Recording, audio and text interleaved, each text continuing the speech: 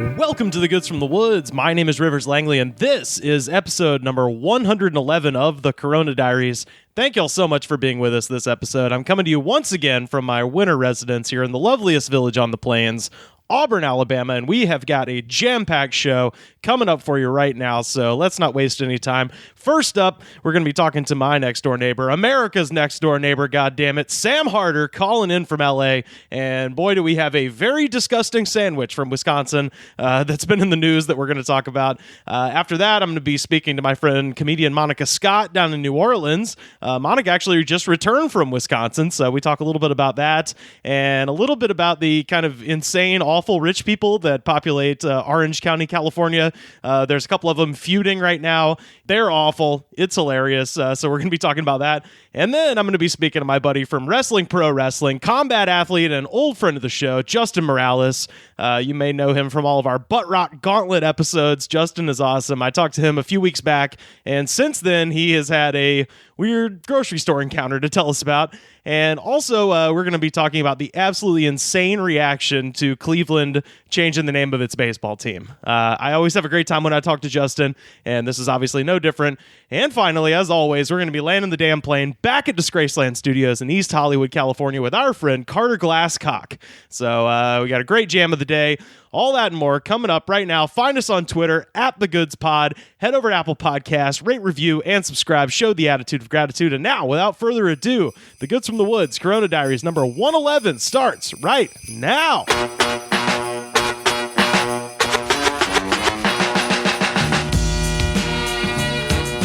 Calling in from the City of Angels, it's America's next door neighbor, Sam Harder. What do you think about that? I like it.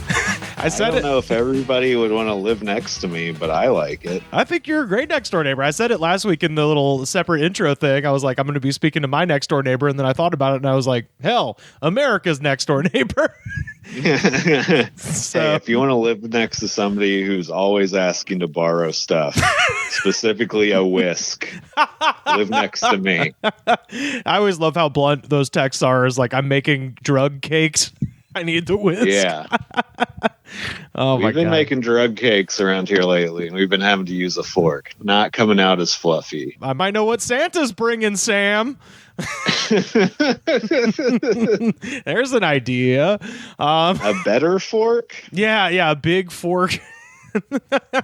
By the way, speaking of drugs, in what is turning into a very, I don't know if enjoyable is the word, but definitely a recurring segment, I've got the newest bang recommendation. This comes to us from our man in Minnesota, Mr. Eric Nelson. This one is the Candy Apple Crisp. Okay. So I'm instantly skeptical. This is the one he said is the best, I think. This is his recommendation. Right. And I, on Twitter, I said, well, you're the bang spurt. And he put that on his Twitter bio. So his Twitter bio now says bang spurt. Bang spurt, which could mean a variety of things. Yeah. But so is this supposed to taste like caramel as well? That's what I'm thinking. It's called Candy Apple Crisps, so I'm thinking maybe it's supposed to be like a candied apple. But anyway, here we go. I'm going to get this on mic so people know I'm actually doing it. All right. I immediately smell an apple, a very, very apple flavor. Someone I think also mentioned that it kind of tastes like the apple Jolly Ranchers too, which I'm quite fond of. Oh, yeah, those are pretty good. Holy shit. Whoa. This is my favorite one. Holy shit, it tastes just like a caramel apple. Oh my god. Oh, that's strange. And it doesn't have that weird shitty creatine aftertaste that the others do, like the key lime pie one. Man, this is crisp. Wow. Well, that's good. You found your flavor. I think I did. I'm going to be up all night now. I'm going to actually drink this whole thing. Oh man, you didn't drink the whole key lime one? No, I did. It just I couldn't drink it fast enough before it became room temperature and flat. So, but yeah, I did drink it. It just took me a long time. Yeah, that's I understand. Ah, damn, this is a good one. I don't know if it'll stand the test like the Rainbow Unicorn. It might be a Pepsi situation where it's very good on the first sip and then it's diminishing returns each time. But so far, so good. The flavor actually tastes like what it's supposed to be. Yeah, I mean, energy drinks they're not like a tea you sip, you know. They're right. They're they're like a chug scenario. Yeah. I actually have a tea as well, a sipping tea too. So I'm doubling up on the beverages this evening. Whoa, you are all over the place. What cakes have you been making? You mentioned you've been making cakes. Is it the same old, or have you messing with the recipe? We've been doing, I think, Duncan Hines lately. We did some blueberry muffin mix the other day, and that was nice. Yeah, it was nice. Sounds fun. We did like a cinnamon sorta. It was almost like coffee cake, I guess. I don't know. We've been trying to have fun over here watching Ink Masters. Wait, what is Ink Masters? Oh man, you've never heard of Ink Masters? I mean, I assume it's a tattoo thing, but what is it? A tattoo-based reality show hosted by Dave Navarro. Ooh, perfect. That consists of like weekly tattoo challenges that people get eliminated. So yeah, it's fun. People get their lives ruined on TV. Yeah, that's what I was going to ask. Yeah, who are these guinea pigs that are willing to sign up for such a thing? That's the thing I don't understand, because the first few seasons, it feels like they had to have just been like put out something on Craigslist, like, hey, do you want a free tattoo? Yeah. Which is instantly crazy. Well, I figured it was maybe like an actor casting call, and that was just like what you have to do to get the job. And you definitely get a free tattoo. Yeah. But there's a time limit, and there's the thing that comes with the free tattoo of you have no idea what the quality is going to be. Yeah, I was going to say a lot of my friends in college in particular, I had a couple of buddies who were training to be tattoo artists, and that was kind of the deal, was like, hey, get a free tattoo. It might not match up in certain points, and the lines might be all fucked up, but it was free. So yeah. I definitely have a few friends with like, fucked up like Day of the Dead skulls and shit like that on them. So I feel like some of the people who are on the show, they purposely put on because they sort of are bad at tattooing, and they know it will create. That's they evil, know it will. Dude, it is evil. And and another absolutely just psychotic thing is they have the like mini games that reality shows have, so that somebody can control something for the week. Yeah, and so if you win the mini challenge, you get to control which artist goes on which human canvas, and they'll purposely give the tattoo artist stuff they're bad at to try to eliminate them from the competition. So they're oh my God, purposely setting people up to get horrible tattoos so that they can possibly win $100,000. Yeah, and it's not like some Great British Bake Off shit where the worst thing that can happen is you burn the cake. This is someone's flesh forever.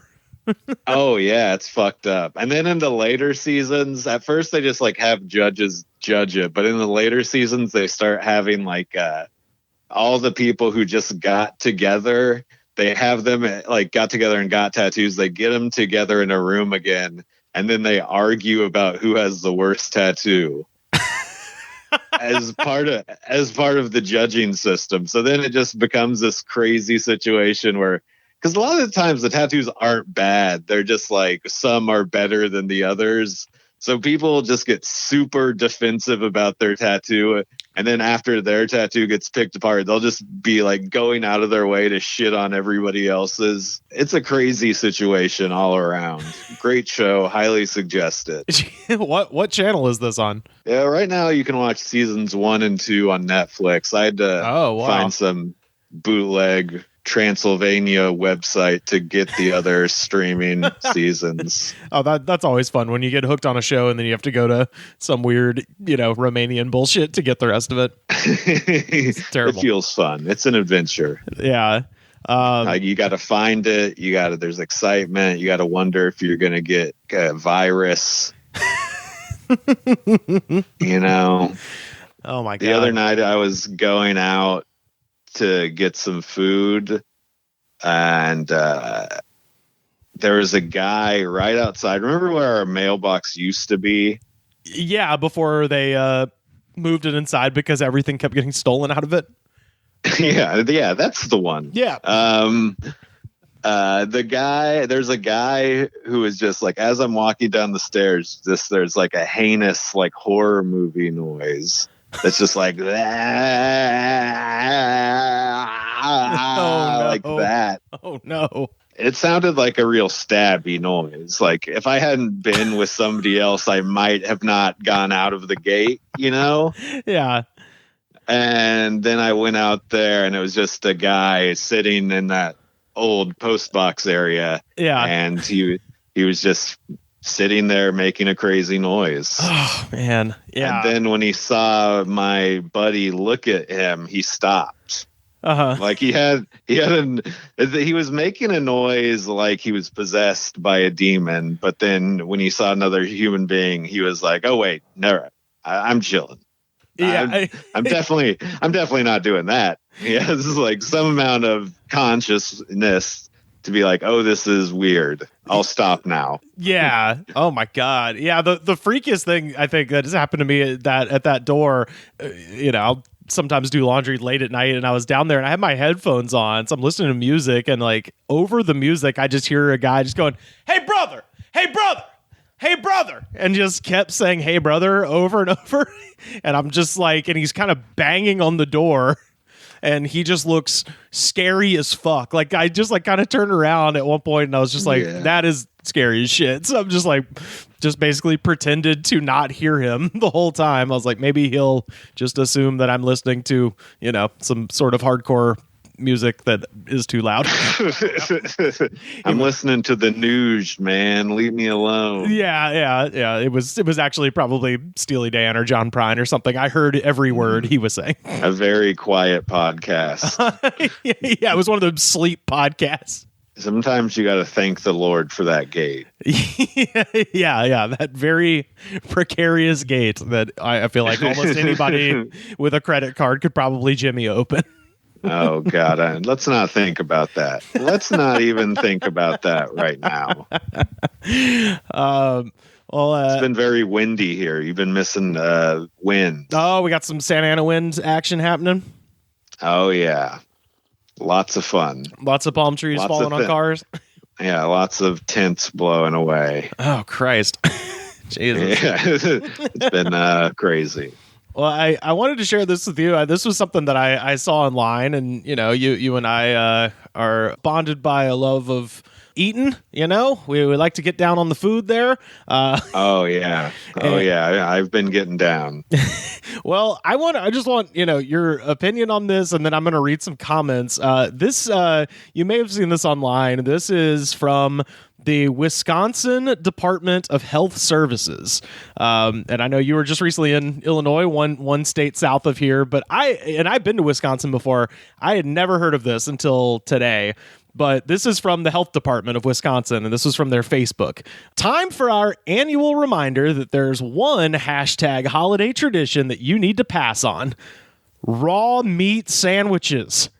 Sometimes called tiger meat or cannibal sandwiches, which consist of raw ground beef on bread with sliced onions, salt, and pepper. Many Wisconsin families consider them to be a holiday tradition, but eating them poses a threat for salmonella, E. coli, and listeria bacteria that can make you sick. And no, it doesn't matter where you buy your beef from. Just remember, ground beef should always be cooked to an internal temperature of 160 degrees Fahrenheit. So apparently, there is some subculture of Wisconsinites who eat raw meat on bread with onions and salt and pepper, and this is a delicacy there. At least they're eating a vegetable. Yeah, it's a root vegetable, but I guess onions count. Maybe that'll set off whatever else is going on with that. Yeah, it's beyond strange, and I saw this. This was posted on Facebook, and it kind of made the rounds on the internet because people were losing their shit in the comments, getting mad at the health department for telling them not to eat their favorite sandwich. And I was like reading, because there was like 1,300 comments plus at the time of this recording, and I read a lot of them. And the main thing I gathered is that Milwaukee, y'all are cool. Because there's a bajillion comments of people being like, I grew up in Milwaukee, I've lived here my whole life, I've never heard of this shit. But then there's also a we're bunch not backwoods hicks. right. And then there's a bunch who don't even know how to make fire. Yeah, there's a bunch of damn hillbillies up in the woods in Wisconsin that eat this shit, and they go to Milwaukee just to look at the buildings. Yeah, they just go to see the bronze fawns. You know about the bronze fawns? No, but I feel like the name explains everything. It's what you think. It's a bronze statue of Arthur Fonzarelli. See, they don't even know what fucking Happy Days is. They haven't even gotten fire yet. Yeah, that's right. Yeah, they're on that onion, salt, and pepper being all you need for flavoring tip. Yeah, that's a strange one. But at least Milwaukee has our back. Yeah, Milwaukee knows what's up. The rest of y'all, it's weird. But I was going to read, I found a few of the newer comments because the first couple that kind of got screenshotted and went around the internet are very funny, and those are easy to find. But I picked all of these from just the past couple of days because this post went up like 5 days ago. So I was just going to read these, and we'll get your reaction to these, Sam. Amy End says, "Sorry, Department of Health. This is the best thing on earth. But you have to have the most leanest meat and a good butcher. The best I have found is at Leroy Meats in Fox Lake, Wisconsin." Leroy hooks it up. Yeah, Leroy doesn't give a shit. He'll grind up some raw meat and feed it right. He'll put it right in your little pink mouth. He puts a sticker on it that says, "This is the safe stuff." This What does that mean too? The best I found. When I eat it from Leroy's, I get the least amount of diarrhea. That's the thing. I'm like, and not to mention the fact that while we're recording this, the whole family eats the sandwiches and then they just take turns getting diarrhea. I don't understand how the day goes after you eat this. Well, I mean, diarrhea, best case scenario, we are recording this at a time in which there are no fucking hospital beds. Every hospital in the country is overrun by COVID patients, and these idiots are like, yeah, I'm going to eat a big plate of bacteria and then hope for the best. I was going to say it's like the not wearing a mask of food. Yeah. Oh, there has to be some quotient of people in Wisconsin that go to the hospital shitting their brains out from eating these stupid sandwiches and then come back to their families with hospital-borne COVID. Like, that's just happening right now. Because they come back and tell their families, man, that onion fucked me up. Yeah, it wasn't the bloody ground beef that I was eating. It was the onion. I'm never eating vegetables again, Ma. What do you pair that with? Is there a side dish or a drink? Somebody, there was one that got screenshotted where they said that they drink it. Is it a lunch or a dinner sort of sandwich? I swear to God, I think this is like a thing where you're just like making other food and it's like, oh yeah, you should do this, and the people just kind of eat it like almost as a dare. Like, it's a thing. Like, a lot of the comments were like, my daddy fed this to me and I've always had it, now I'll feed it to my kids. And you're like, why? You don't have to pass on every single tradition your dad did to you. It does feel something like it's so fat you can't even wait for the hamburger to cook. So you're just like, fuck it, I'll eat a raw one while it's cooking. This comment here, this went in a direction that is sort of implied by the whole thing, but I never thought anybody would get this explicit with it. So Jeremy Bass says, does anyone actually believe anything these news agencies publicize anymore? They've all become so tilted, it's laughable. Eat your raw meat and enjoy it. I'm sure there's someone behind the press release that's making money off it somehow, so you all get scared by it. # fake media. The propane companies writing these articles. Yeah, the charcoal lobby is up your ass, sir, and I can prove it. I have the documents. I wonder if anybody who listens to this has had this before. Please let us know. Yeah, because it's one of those things where it's like, a lot of people were saying, like, if you go get a nice steak and then get it ground up and then eat the thing like 6 minutes after you get the steak ground up, it's fine or whatever. And even then I'm like, man, I like medium rare minimum. I'm a medium kind of girl myself. Like, I like a somewhat bloody steak, but I'm not gonna there's no chance I would eat this ever. Yeah, it just feels like trailer park tartar. Yeah, well, it actually does come from there's a lot of Germans in Wisconsin, and it's sort of based, I think, on a German dish, and then also steak tartare a little bit too. But apparently the Germans do it with pork, which is even more insane because that is way more bacteria in that. Yeah. So I mean, the Germans have had some bad ideas. Yeah, let's be honest. We tell no lies here. The Germans not shooting 100% with their ideas. It just doesn't sound like it would taste like anything. Yeah, that's why I say it's kind of the perfect Midwest thing, because it's like, yeah, wouldn't taste like a whole hell of a lot. It would just be a needlessly disgusting and an unhealthy thing to do. Yeah, but fuck it. Sometimes you gotta just say fuck it. You know, we live in the Midwest. All I can see is flat ground. Yeah. Fuck it. This person says, James Tierney says, Wisconsin Department of Health, some people have been raised on that kind of stuff. Not saying I was, but I have been eating raw beef for 10 years straight, and it's never made me sick. Not once. I walk into a store, I buy a pound or two of beef, and before I reach the door to go outside to the parking lot, I'm already digging into it and enjoying it. I'm used to it. I would never get sick from it. Damn. This guy, if he's trolling, if he's fucking with us, that's hilarious. But I suspect, based on I clicked on his profile and I was like, oh, this man is not joking. He eats raw beef out of a bag for sure. Yeah. That's something. That's too good to be a troll. You know, the whole eating it before I'm out the door thing. Ooh, that man is a psycho. They call me Bloodfingers at the factory that I work at. Yeah, I buy 2 pounds because I'll eat half of it on the way home. This last one here is really wild. Aaron Michelle says, people in the commentary, oh my God, you're a health professional? Oh my God, you're not from the U.S.? Sushi is raw.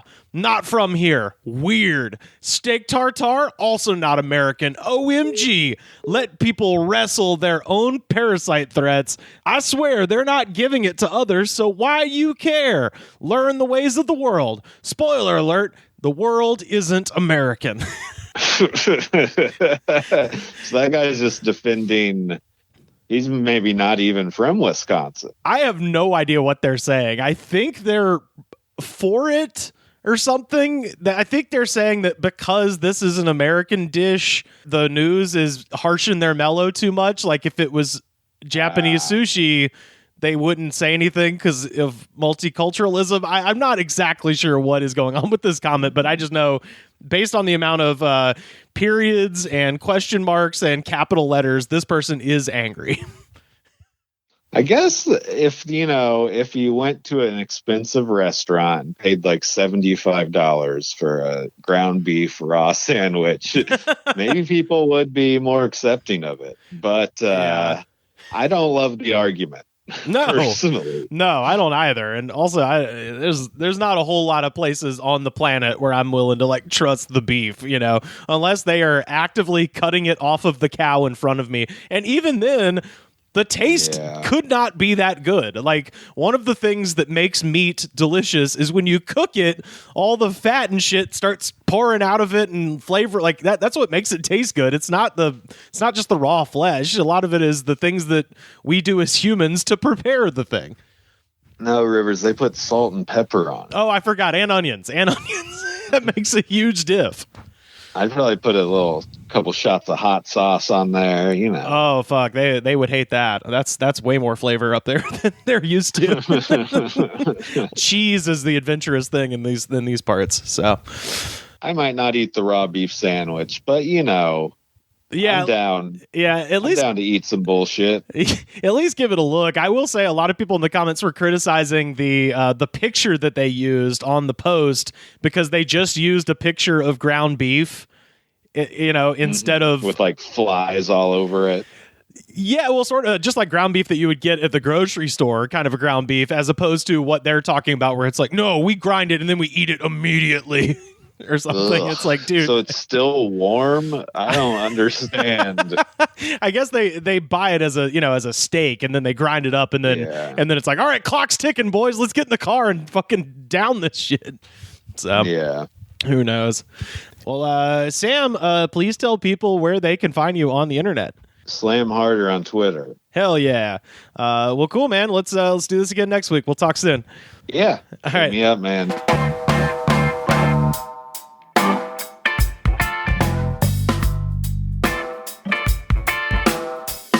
Calling in from New Orleans, Louisiana, on the rooftop overlooking New Orleans, more specifically, it's our friend Monika Scott. How's it going? Hello. How are you? Can't complain. I just had a gigantic breakfast that I will not recover from. So it's nice. It's nice to ruin your day early, Absolutely. Yeah, I went up with my dad. We drove up to the 2 counties up from where I'm at now in Alabama, called Randolph County, to a town called Roanoke, and went to Clark Brothers Meat Company, and then proceeded to buy about 8 to 10 pounds of animal flesh. So. Yeah, got to stock up on those meats. I get it. Oh my god! But yeah, I got a jalapeno cheddar sausage that I cooked up, and also I got some frozen biscuits from there as well. So I've just had sausage, cheese, and biscuits, and now I'm done. It's barely noon. After this, you'll definitely go back to bed. Oh yeah. I'm already planning for it. Well, how was your trip? I know you and Alex just went to Wisconsin. Got to see some of that happening on Instagram, and your first interactions with the Piggly Wiggly, which I had never. I guess that's not true. I had seen Piggly Wigglies before because I drove across country, so it's you see them eventually. Right.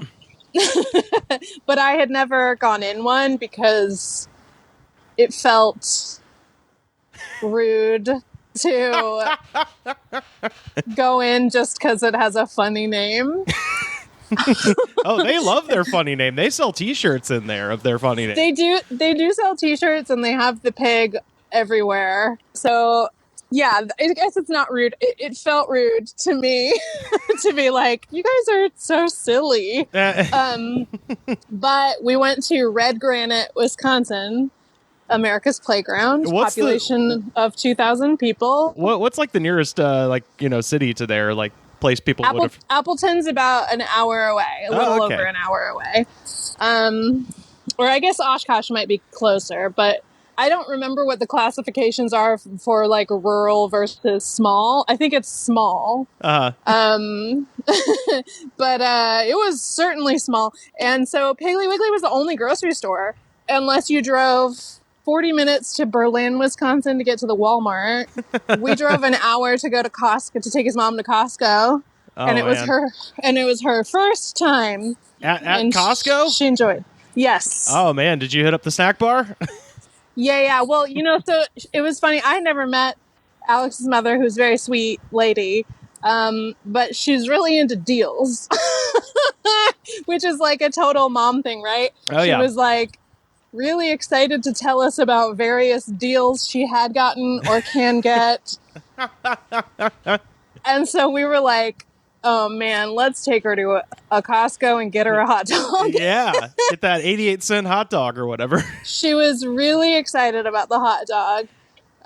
Talked about it the whole drive home. How she can't believe they could do that. And Costco knows they're losing money on the hot dog. Yeah. But yeah, I went to Piggly Wiggly maybe once a day because that's all there is to do in the town. Yeah, just kind of wander around the Piggly Wiggly. I didn't know that they had those up north. I specifically thought that was like a Alabama, Georgia, Mississippi thing. I don't know why. I thought it was a Florida thing. I mean, being from California, like, it's taken me a long time to learn where the brands are that you see in movies. Where maybe Kathy Bates has to do a too heavy of an accent or something. Yeah, I was at Winn-Dixie the other day, and they're like, "Do you have a card?" I was like, "Are you guys Vons too? Are you guys Safeway? What are you?" I don't know who they are, actually. Maybe they're their own thing. They are. They're like Southeast Grocers or something. They're like their own thing, I guess. I love going to a grocery store when I travel. Like, yeah, see all the weird regional shit and the hot sauces. Yeah, I've been made fun of for this because I've been on vacations with like groups of cool people. Right. Who were like, I was like, I remember the first time I went to Austin and I was like, what is HEB? Let's go. Yeah. And they were like, what? It's just a grocery store. And I was like, yeah, but what do they have? Yeah. I'm with and you. You know what? At HEB, they sell, I don't know if it's seasonal or what, but when I was living in Houston, they had, first of all, when I was living in Houston, I didn't have access to a kitchen. So the way I was eating was psychotic. Now that I think back, I would buy like a loaf of bread and some peanut butter, and then I would just make a sandwich with like a plastic knife I got the day before, and I would or with my pocket knife, and then I would wrap it in a bandana like I was like I was some kind of train hobo. Uh-huh. And I would be like going to fancy coffee shops and like sneaking my bandana sandwich. You had a stick and bindle? Yeah, I don't know why I was doing this. Like you were running away from home in the 1930s? And then like once every 3 days, because I didn't have a job. I didn't have a job at the time. And I didn't have a job lined up. So I was like, I have no idea when money is coming next. And I had savings, so I was like, I'm allowed to eat out once every 3 days. Yeah. And between that, I'm eating these peanut butter sandwiches and like a grocery store $2 salad so that I got some vegetables. And that was it. But I would buy snacks because I can't help myself. And so HEB sold, I love white cheddar popcorn. It's like one of my favorite snacks. Oh, yeah. They sold Hatch chili white cheddar popcorn that had like that roasty flavor. It was so good. I've never found anything like it anywhere else. I'll drive to Texas right now if I can get that. I'm so with you on the grocery store thing because I think most people are just like, yeah, it's a grocery store. It's got all the same shit. It's like, yeah, it's got 95% the same shit, but that 5% can vary wildly depending on where you are. Yeah, the Wisconsin Piggly Wigglies, they had a cheese cellar.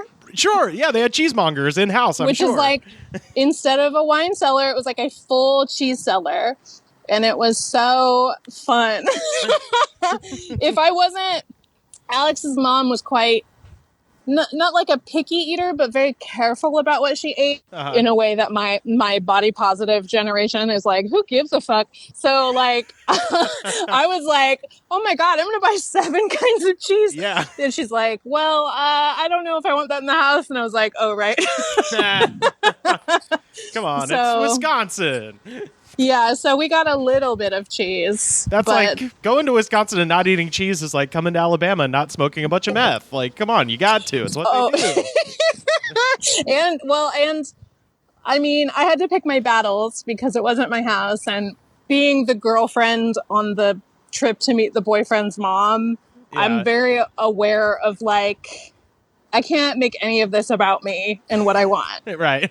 Because that's like the movie trope of the trip. It's like the mom and girlfriend don't like each other because they're both trying to make it about themselves. So I was like, this is about her. It's fine. Yeah. But I did have my one thing was I was like, I've never been to Culver's and I've got to try it. And so I kind of kept like, oh, I saw there was a Culver's one town over. What's up with that? What is that place? You have actually anticipated my next question, which is I was going to tell you, I found out there is a Culver's in Columbus, Georgia, a mere 20 miles away from my mom's house. So I need to know what you got because I'm fucking going. Well, yeah, I clocked the Culver's. It was across from the Pigwig. And clocked it the first day we were there, and I was like, okay, well, I got to figure out how I'm going to get there. And so I kind of started like asking her, like, oh, have you ever been there? What is that? And she was like very excited about the deals you can get.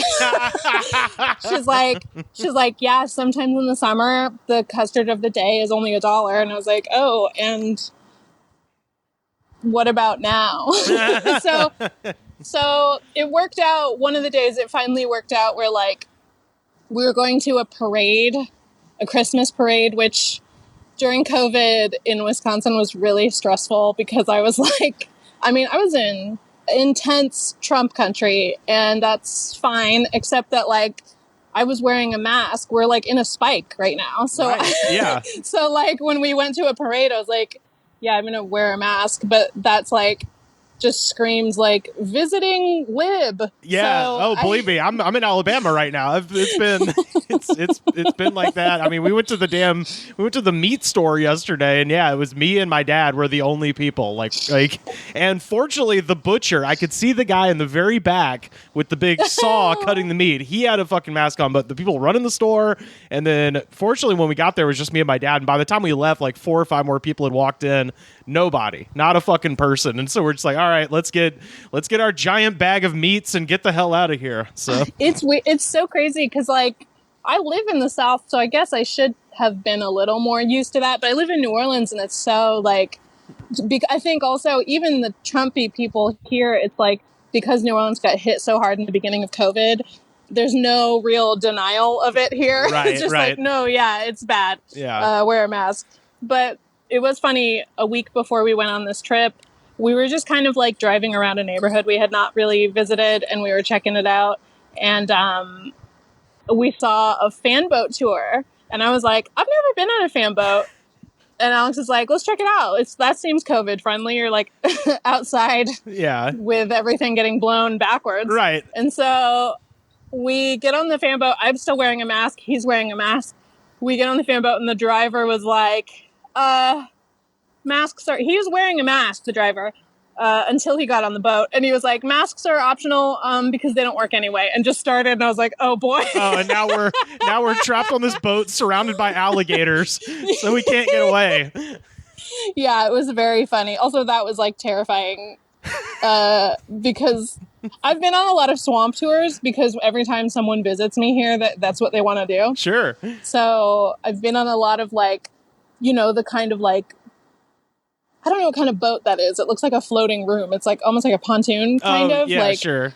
Those are usually what the swamp tours are on. And every time you take a swamp tour, they do a thing where in the end they're like, oh, and actually here's a baby gator. And they pass around a baby gator to hold. Uh-huh. That has like its little mouth rubber banded shut. And who knows, that seems probably not great. Right. For the animal. Probably not the baby gator's idea of a good time. And on a fan boat, boy, they're way crazier. They like jump off the boat and just start like marching through the swamp towards a gator and like throw shit at it until it'll start chasing them. And then Jesus. And then they have a little like piece of raw chicken on a stick that they like try to fish the gator over with. And I was in the front row of the fan boat, and he just lures the gator like directly in front of my toes, and I was like, I hate this. Like what? And then he gave the gator the piece of chicken, and I'm like, okay, well now he's just here, and so are my feet. I don't know. This isn't like my favorite situation. But I mean, lucky gators really don't want to work for it, and that's something I've learned on all those swamp tours is like how truly lazy they are. So, I mean, the second it got its free food, it's like, all right, well, bye, and just jumps back in the water. But boy, pretty scary. The other thing I was going to ask you about Wisconsin is you were making mention of the fact that they have a lot of granite there, and that's a big element of the tourism. The town we were in was red granite. Uh-huh. And the big tourist attraction there is the granite quarry. Uh-huh. I honestly, at one point, had to ask Alex what a quarry is, and I still couldn't tell you. But it was like a body of water surrounded by slabs of granite that have clearly been like mined a little bit. Yeah, that's basically, it's just an open face mine. So it's a big ass hole, and they flood it when they're done. Yeah. And so that's it. Yeah. I think during the summer, it actually is like quite popular as like a swimming destination. Yeah, yeah. But it is funny during the winter. It's just like, it's just a bunch of granite and some water. And you just kind of look at it. And yeah, I was joking that we should become granite industry influencers because we kept taking photos there. And I was like, this is so funny. It would be very funny to like promote the granite industry. Yeah. Well, I was thinking, next year, if we get all vaxxed up and we have a Waverly boogie situation, we should all do a side trip over to Elberton, Georgia, which is the home of the Georgia Guidestones, which is like this kind of like modern day Stonehenge type thing. They don't really know who built it, but it's sort of instructions for how to rebuild humanity after a nuclear war, I guess. That part is really weird. We actually talked about it with Matt Farr on this show way the hell back in like 2014. So it's been a while, but they have a granite museum there. They claim to be the granite capital of the world too in Elberton, Georgia. So, I mean, I believe it. It seemed like this was maybe the one granite hotspot in Wisconsin for all I know. I don't know. Yeah. I don't know much about the granite industry, but I'm willing to learn for the sake of influencer sponsorships. My favorite story was that Matt told us they go to the Granite Museum because they were going to go to the Georgia Guidestones anyway, but they went to the Granite Museum first because it's right there, and they asked the guy who was working it. They were like, "So what's the deal with this Georgia Guidestones thing?" And the guy goes, they just lend themselves to mystery and intrigue." So I want to go. I've been wanting to go for a long time. Will anyone describe me that way? I wonder. Yeah, put it on my granite tombstone. Lent himself to mystery and intrigue.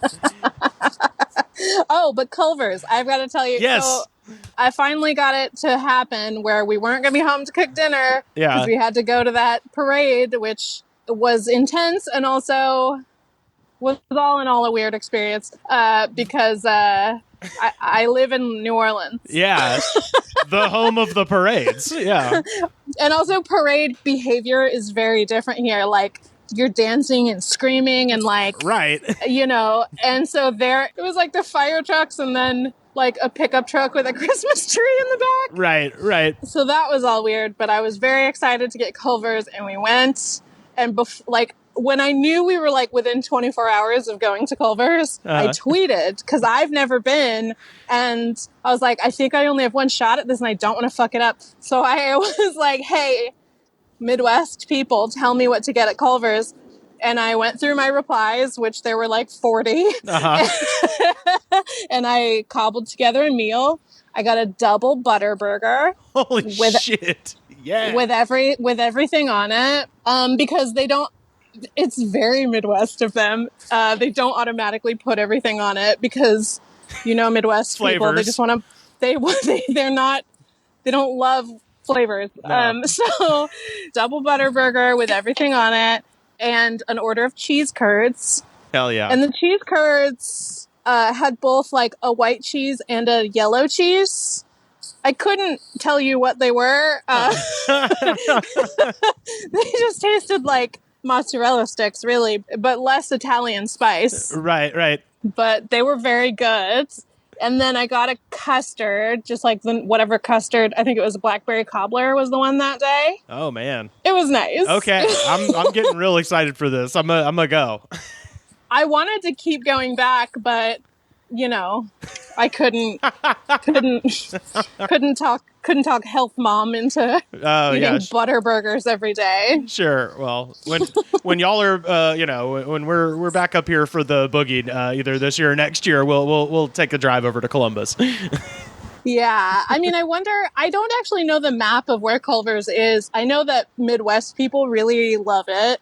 Yeah, I just assumed it was just like Wisconsin, Minnesota, like that area, and I just happened to be driving through Columbus the other day, and because the government is stupid, my unemployment stuff goes only to Bank of America.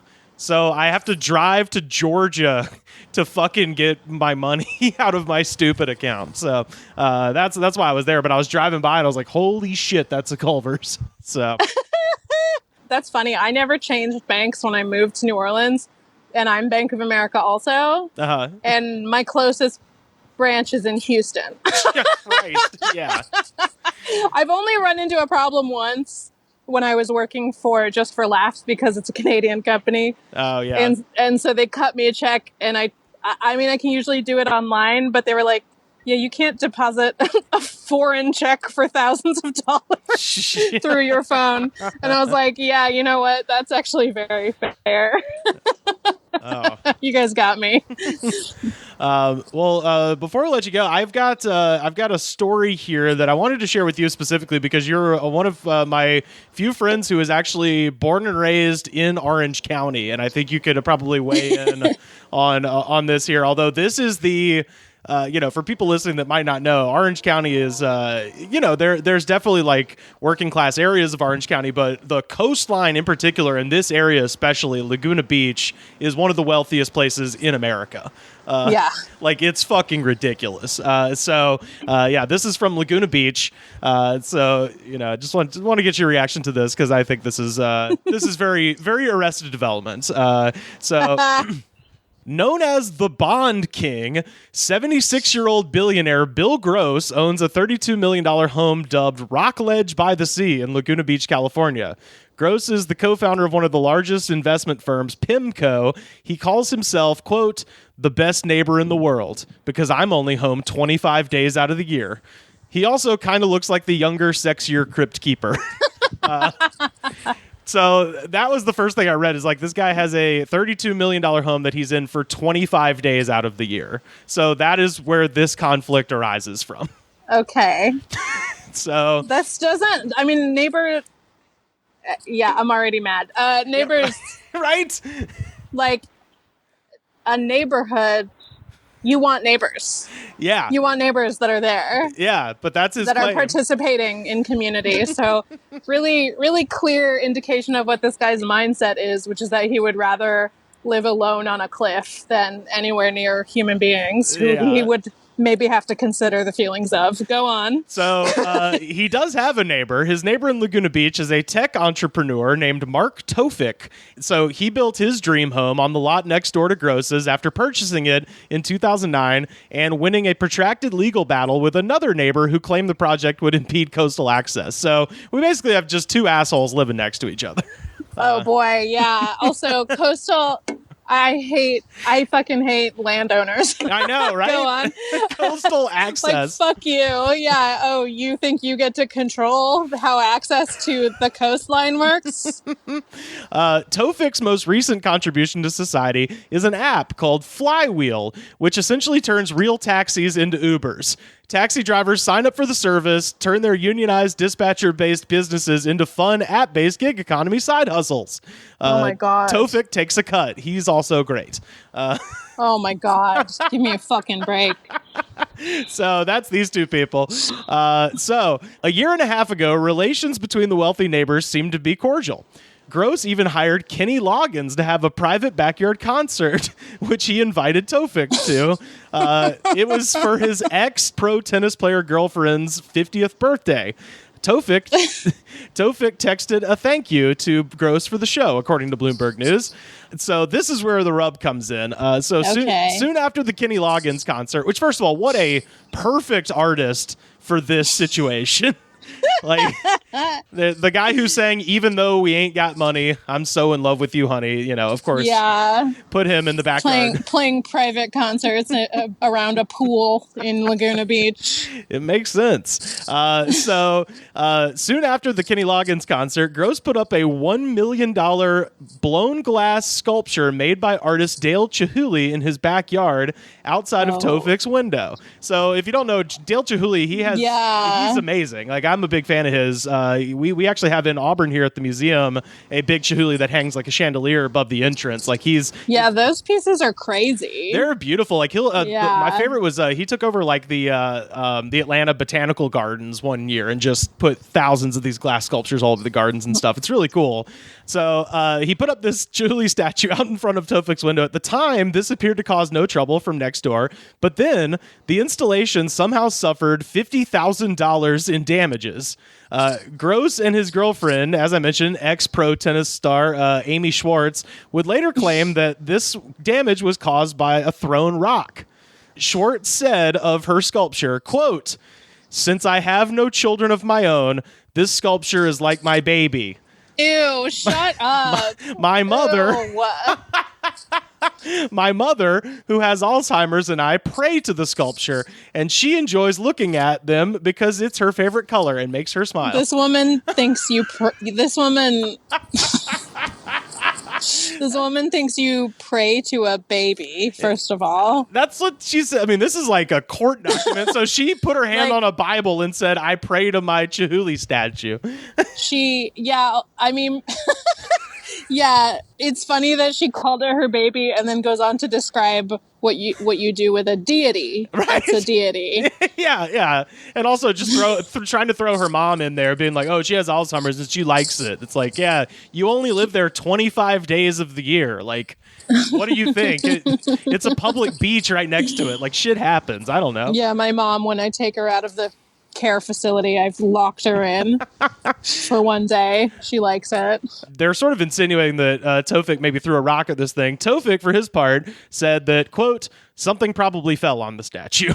So, I mean, Chihulies are like not that fragile. They're really big. Glass. It's not like one rock. You'd have to throw a boulder at it. yeah, which on the seaside cliffs of Laguna Beach is entirely possible that just happened on its own.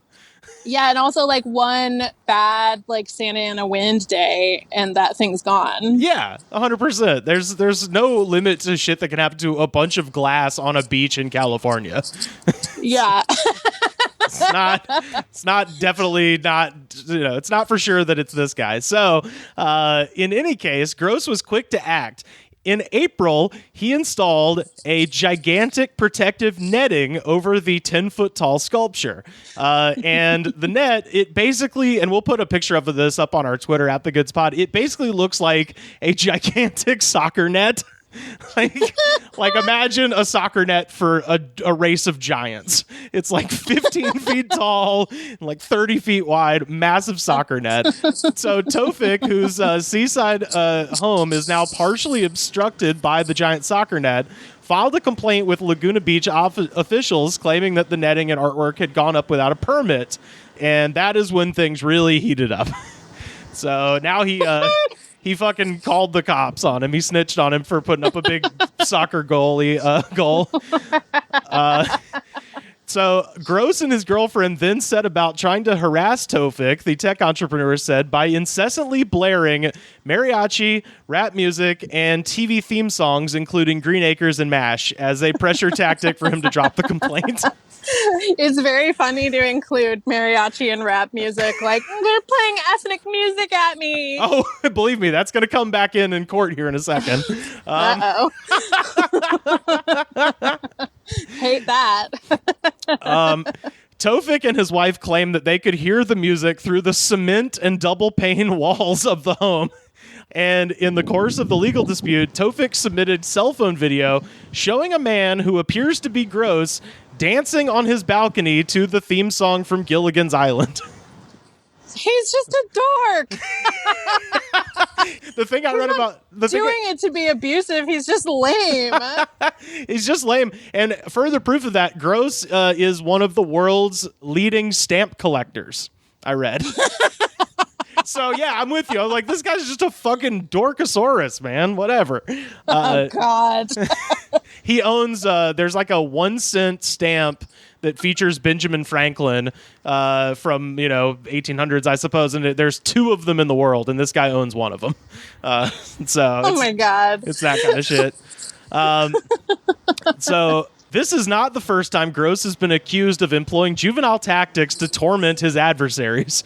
Gross was accused in 2018 of spraying his $20 million marital home with a chemical agent known as fart spray after he was forced to hand over the keys of his property to his ex-wife as part of a divorce settlement. No chemist has ever named something fart spray. That was from, I pulled a lot of this from several different papers, and I gotta say, doff of the cap to our friends in Britain, because they're the ones who included that detail. And they phrased it exactly like that, where they said a chemical agent known as quote unquote fart spray. Oh my God. Gross is also accusing Tofik of acting like a quote unquote peeping Tom and spying on him and his girlfriend, according to Bloomberg News. During the trial, an attorney for the billionaire said that Tofik had filmed them and engaged in quote stalker-like behavior. It was also around this time that Tofik allowed his home to be used in filming the HBO series Ballers. Everything in this story is just fucking perfect. Like, there's nothing not perfect in this story. Oh, no. That's so funny. Also, fucking the lamest people always think they're being stalked. Nobody's stalking you. Yeah, you own an investment firm. No one gives a shit. So yeah, they're filming Ballers, and the TV crew trucks cut off access to the PCH from Gross's home, and so he called the production team to have him move the trucks, and apparently this pissed off Tofik, according to the filing. By the fall, both men were seeking restraining orders against each other and had filed lawsuits prompting the trial this month. But on Monday, following at least several days of testimony, Gross released an open letter calling for a stop to the unneighborly feud. He wrote that the Laguna Beach fight was sucking away both public attention and court resources during the coronavirus pandemic.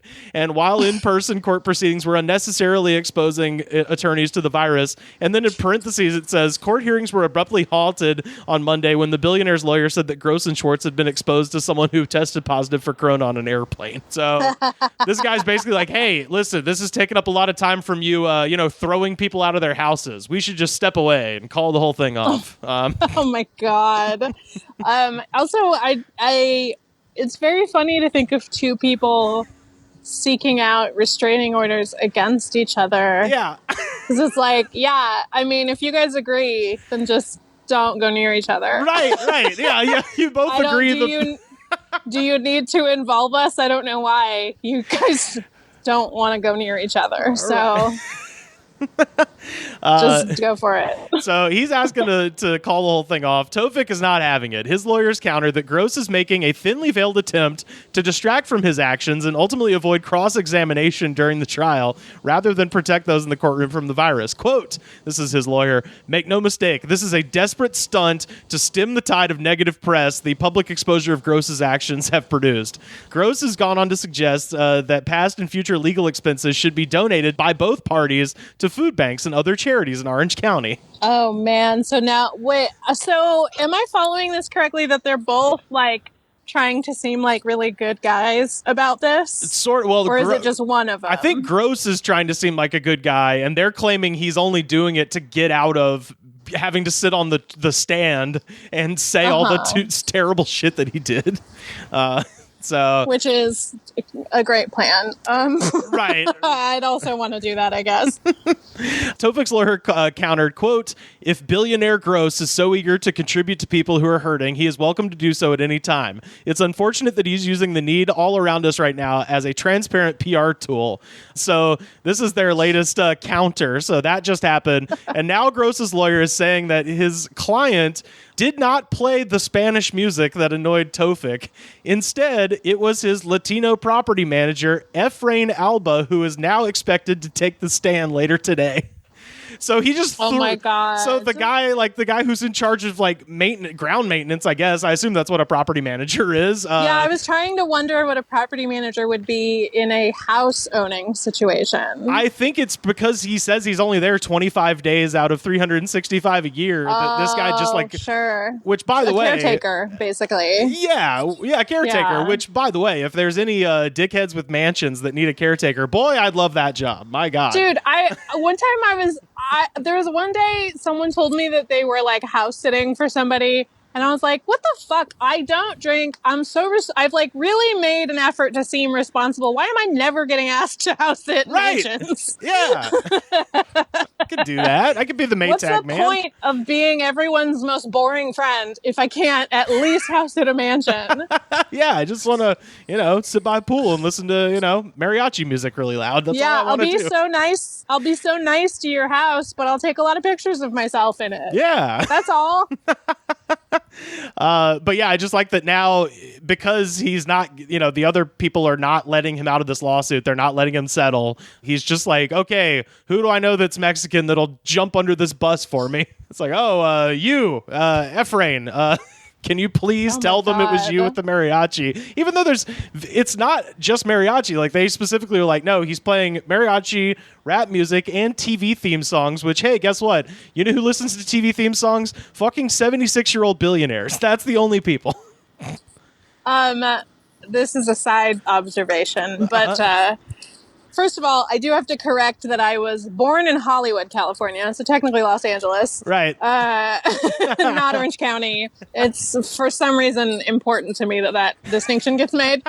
But I did go to, like, middle school in Orange County and lived in Long Beach for a long time, which is technically LA, but that's Orange County. Close. Yeah. And, but, so when I lived in San Diego, my dad would, like, pick me up on the weekends and drive me to Hollywood to his house. And he only kept 2 CDs in his car. And one was a CD single of Chris Isaak, Wicked Games. Wicked Game? Yeah. Hell yeah. Which... that is a 2-hour drive. And so... and then the other CD was a CD with 75 tracks of TV theme songs from the 60s and 70s. Oh, no. And so the whole drive, we'd listen to just repeating, like, Green Acres and... Gilligan's Islands. Smart. Smart. Holy shit. I was trying. I think that's very funny to me. God, I mean, it's an effective tactic. The more I think about it, I'm like, yeah, I'd be pretty pissed if my next door neighbor was just playing fucking the Odd Couple theme song over and over. My neighbors across the street from Wednesday night until Sunday, basically, where like they like drag a PA system out onto their porch and just blast like auntie R&B, stuff like an aunt would listen to. Like really smooth Brian R&B McKnight. Yeah, but like less mainstream than Brian McKnight. Like I used to love R&B. I've rarely heard these songs. Okay, love it. And then the other thing is they play Old Town Road like twice a night. Yeah. And it's like loud. Like they play it loud. It's very funny. It's just like the sound of my neighborhood. Oh, that rules. Well, yeah, the last sentence here just relates to what we were just talking about. Gross's lawyer has tried to portray Tofik as being biased against Spanish language music. So that's where it's at right now, is them being like, you know what? Because you don't like mariachi being played at 1,000 decibels, it means you are racist, sir. So. That's really good. I mean, it is funny to outline that it's mariachi music and rap. Yeah. You know what I mean? It's like going out of your way to say that those are the annoying kinds of music. It is like a little racially unclear. Sure. Yeah. Unclear, definitely. Unclear what your motivation is for singling out those two types. It's loaded for sure. Yeah, so it is kind of funny because then to pair those with like and TV theme songs is like, I mean, 2 of these are very popular with a lot of people. Right. So I don't know. Well, that's the news from Orange County. That's what I got. People from, I mean, there's a lot of places in Orange County that are like pretty normal, like just a normal suburb. But people in Laguna are not good. They're all bad. If you live there, you're bad, I think, probably. Yeah. You had to do something bad to get... It's like really hard for me to imagine a situation where you were a really good person and then afforded a Laguna Beach house. Oh, yeah. And all these like property owners on beaches are always awful. Oh my God. Yeah. Like being mad about beach access is like, what? You are not, what do you think you are? Like the god of the sea? You can't. What are you, Poseidon? David Yeah, Geffen? You can't do this. You can't. You cannot. Oh yeah. Well, that was a big one in Malibu years ago. David Geffen had what was supposed to be a public access sidewalk that went from the Pacific Coast Highway to the beach there, and he just put a gate over it and locked it. It was like, fuck you, and then basically told the city of LA to sue him, which they did, and it took like 10 years, but he finally was forced to take it down and shit. People make guillotine jokes, but it's like, it's not going to be a joke eventually. Like, you can't do stuff like that. Yeah, a 12-foot tall soccer net is not going to keep you safe from pitchforks and torches. Yeah, what the fuck is David Geffen going to do if we rip that down in a big crowd? Is it nothing? Seems like it's probably nothing. Yeah. Probably won't even be home. Those people are never home. Exactly, yeah. He's only home 25 days of the year, he told us in court. So That's so funny. I also, another Wisconsin thing that this made me think of is I got pretty teased when I was there because, we were helping around the house and we were in the front yard. And I was handed a rake and told to rake. And so, it occurred to me I'd never even held a rake before because I've never lived in a house. Right. So, like, I've never had a yard. And so I was like, well, I think I get the idea. And so I, did it once and was immediately laughed at by, all the family members that were there. And they're like, what are you doing? Like, that's not how you do it. And I'm like, oh, I'm sorry. I've actually never owned I've never lived in a house. Well, yeah. I've only lived in apartments. So I have never raked. I've never had a yard. And everyone's like, oh, what a princess. And I'm like, what? No, the opposite. What are you talking about? I can't afford land. It's not. What is this? It's not that I'm opposed to chores. Right. That this one hasn't come up yet. Yeah. Yeah. And also, I mean, in your defense too, I mean, Southern California is mostly cactuses, succulents, and palm trees. Like, there's not an incredible amount of fucking leaves just raining down all the time. Yeah. It did also make me think when I produced this event called Thanksgiving House with IFC and Funny or Die one year.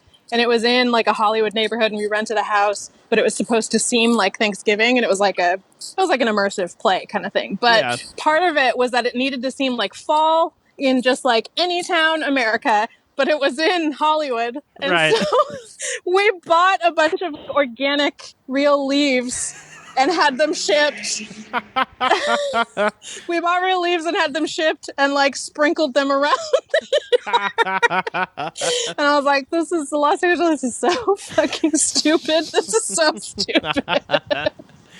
Oh, man. Well, Monika, please tell people where they can find you online. Yeah, so you can find me on Twitter or Instagram or TikTok. I don't really post that much on TikTok, but I am there. Mighty Monika. It's Monika with a K. And that's it. Also, I mean, this isn't really my project, but I am sort of proud of it. I work for a YouTube cooking show called Oil and Water that is hosted by Yardley Smith. I just think it's fun, and you can find it on YouTube. It's called Oil and Water. It's basically Yardley doing a Chopped. Oh, okay. Gotcha. That's awesome. Yeah, and you can also check out episodes of What Did You Learn? We'll do another one of those as soon as we can. As soon as we get it together. Documentary podcast. I think we could probably do one like this, maybe. Yeah, totally. Yeah, we'll figure it out. We just gotta get Luke to figure. By the way, when you mentioned not having a kitchen, I helped Luke move out of his apartment a couple of years ago, and he was living by himself in Beechwood Canyon, and there was no kitchen in that apartment. And I just was starting to think, I was like, what terrible things has this man been doing for food for the last year, living in this $1,000 a month apartment with no kitchen? Yeah, Los Angeles really is insane. The stuff that $1,000 gets you is so depressing. I'm hoping the pandemic is changing that, but who knows? We'll see. Well, thank you so much for talking with me, Monika. It's always a pleasure, and we'll chat again soon. Yeah. Well, they cat and alligators.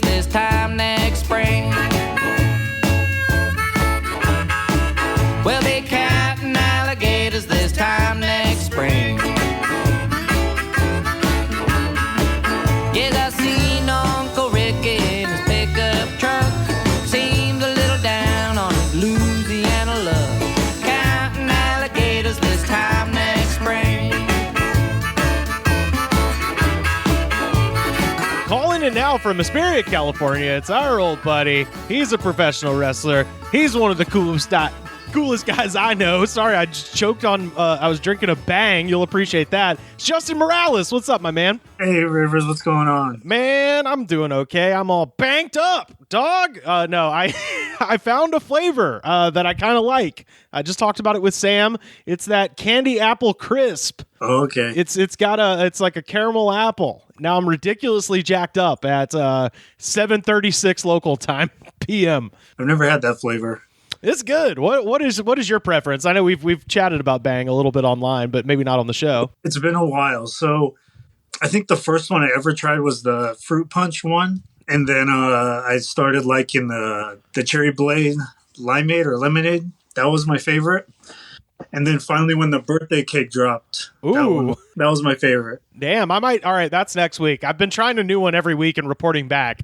And so far, I think we may have a winner. I haven't had a Bang in a while. They're kind of like too much caffeine for me now. Yeah, this is probably not a good idea to be chugging this at the hour I am because I'll be up all night. But hey, whatever. Got to edit this thing, so it's fine. Yeah, I'm back to drinking these monsters, but it's like half the caffeine amount than a Bang. Well, we were chatting over text about an episode from a couple weeks back where I was talking about my adventures at the Piggly Wiggly and the generic brands. And buddy, you're going to have a full 6 liters of Piggly Wiggly soda coming your way. 6 liters? Yeah, because they did not have. Justin requested that I bring back to the greater Los Angeles area a 2 liter of Mr. Pig, which is their Piggly Wiggly brand Dr. Pepper, and my favorite of all the names, Mountain Yeller, which is their Mountain Dew Mellow Yellow. And sad to report, no 2 liters, but they do have 3 liters. So I'm going to be coming through like Santa Claus, a late-ass Santa Claus, sometime in January. You're going to get a call out of the thin blue sky like, buddy, I'm in Hesperia. I'm dropping off 6 liters of soda for you. That's amazing. Hope you got a friend to drink it with. Oh, yeah. I already shared with one of my friends. I already sent him the picture like, oh, it's called Mountain or Mr. Pig. Mr. Pig and Mountain Yeller. Yeah. So the Piggly Wiggly is something I've heard about and it's been referenced in movies, but I always thought it was just like a fictional location. Well, we actually talked about it with our friend Monika Scott earlier on in this episode because they have them up in Wisconsin, I found out. I thought they were just a Southern thing because you're so used to hearing Southern people just being like, oh, yeah, they was fighting in the parking lot at the Piggly Wiggly, and it's if as a comedian, you look for those funny words and phrases, and if you're trying to do a character, throw a Piggly Wiggly in there with a Southern accent, and it will just get a laugh on its own. But in Wisconsin, those motherfuckers call it, they're like, I'm going down to the pigwig there. The pig. They call it the pigwig. I was like, nah, man, you got to throw in the whole, it's like, oh, he was all weed high, whiskey drunk, fighting at the Piggly Wiggly. Like, you got to say the whole thing because it's funnier that way. Yeah, is it a convenience store or like a grocery chain? It's a grocery chain. It's like it's kind of, to put it in LA terms, this is like the John's. It's like the lower end grocery store. Which is why I've been going there, because there's less potential COVID exposure at a Piggly Wiggly versus like a Kroger or a Walmart. Like, it's way better just to go to those because Piggly Wigglies looked like the apocalypse before the apocalypse actually happened. So yeah, and if they survived through before this, they'll survive through COVID, no problem. Totally. Yeah, Piggly Wiggly's on my list of places to go back east because I went to finally a Wawa. Oh yeah, I've always heard of the Wawa. And then I went to the Waffle House and to somewhere else. But I went to a Publix. All these places I've heard about back when I was in Florida, and I finally went to all these places. So Piggly Wiggly it's top of the list right now. Nice. Yeah, that's some sort of professional wrestler tic-tac-toe there. Wawa, Waffle House, and Cracker Barrel. It's a rite of passage, definitely. They have all the Cracker Barrels out there. So then when I traveled with my buddy for wrestling stuff last year, he's like, we got to go to Cracker Barrel. And I'm like, yeah, it's pretty awesome. But like, I've been there, but I'll go with you. And then he walked in and he was like taking pictures of everything. That's amazing. Yeah, because it's funny because I mean I assume the life on the road as a wrestler has to be very similar to life on the road as a stand-up comic, where even if it's kind of generic and they have them everywhere, man, if you can just land in a spot where the menu and it's going to be a pretty good meal, that's very reassuring. So it's no surprise that Cracker Barrel and Waffle House and Wawa are venerated. Although I got to say, I having spent the least amount of my life in the northeastern section of the United States where Wawas are very popular, I don't have quite the same attachment to that place as I do, the other two, Cracker Barrel and Waffle House. But hey, when you do stand up in places like rural Pennsylvania, after the show is over, it's like, hey man, I'm kind of hungry. Where's the cool spot to go? Where's like a little diner that's open all night? And everybody's like, it's Wawa, buddy, that's it. So it's 1 a.m. It's like, where can I get a cheesesteak with extra cheese and pepperoni, like freshly made? Hit that damn Wawa. So shout out to everybody listening in the Northeast. Did you try the Wawa? I've heard they're in Florida now too. Yeah, I was in Florida. Oh, okay, yeah, because that's like a very much like a Northeastern thing, but like everything else, from the Northeast, everything eventually trickles down to Florida. People, brands, all that stuff. Well, you mentioned to me that you neglected, because the last time we spoke, it was we were masked up in a park there in near Hesperia, California, and now we're chatting over the phone. And you told me that you actually had a grocery store tale that you neglected to mention, and I'm dying to hear it. This was maybe about a month ago, so this was after you came. Oh, okay. So I'm at the grocery store getting supplies for the week, my groceries for the week. Oh, and to reference you guys talking about the CPK frozen pizzas, I was in the frozen food aisle getting a pizza, but my favorite CPK pizza is the Sicilian one. Oh, yeah. So every Sunday I always get that, and I'll eat it like on a cheat day. Uh-huh. So, yeah, I'm in the frozen food aisle. This skinny white guy comes up to me and taps me on the shoulder. I don't know why he tapped me on the shoulder during this time, but comes over, taps me, and he's like, hey, I really like your hat. And I have to double take what hat am I wearing? But I work for Under Armour, so a lot of products have the Rock's bull logo, the Brahma bull. And I take it off and I look at it like, oh yeah, I'm wearing this hat. He's like, oh, where'd you get the hat? I like it. And I say, oh, I work for Under Armour, you could probably get it at the sporting goods store or whatever. He's like, oh, I really like those shirts. They're really comfortable, And he points. A lot of the shirts now, they have American flags, because Under Armour is for the people who gave up wearing Nike when they supported Colin Kaepernick. So now they went to Under Armour. Oh, Jesus. Is that why? Yeah, there's the better part of the last year or so, they've put out so much product with just the flags and freedom all over it. Does The Rock know this?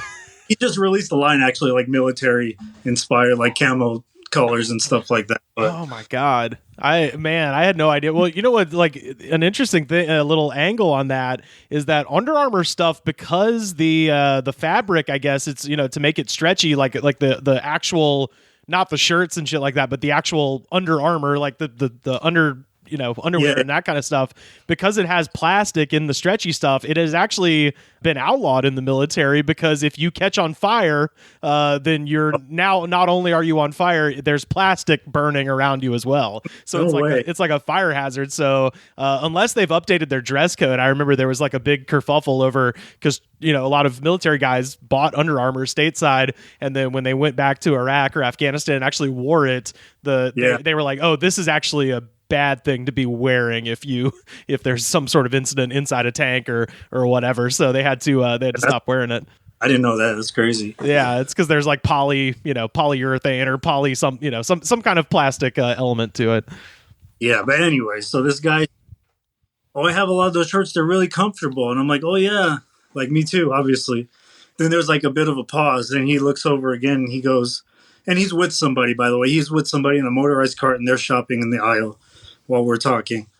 He goes, you know what? I didn't know till recently, but I heard The Rock's actually Hawaiian.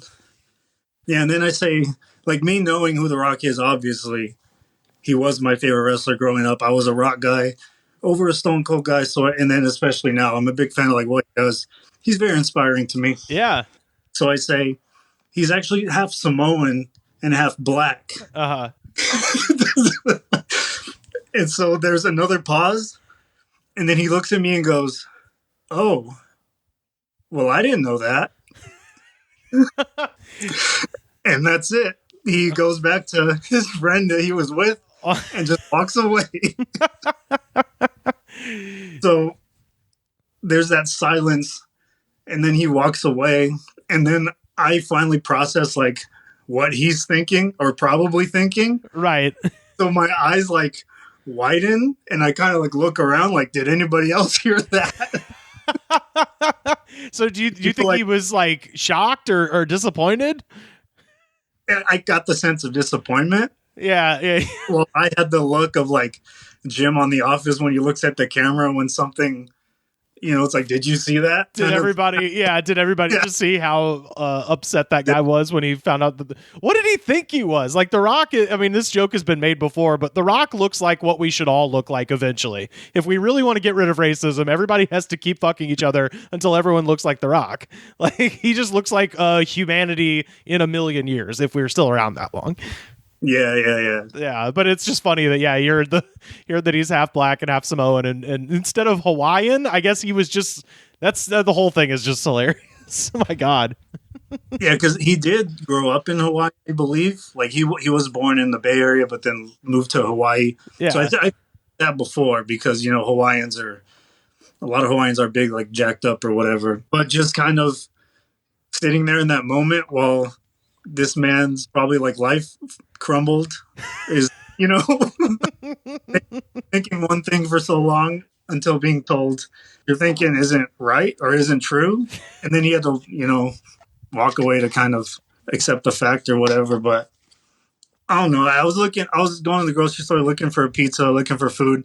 I wasn't expecting any just racism, just to... Yeah, you didn't go there to rock somebody's world about the ethnicity of their favorite WWE superstar.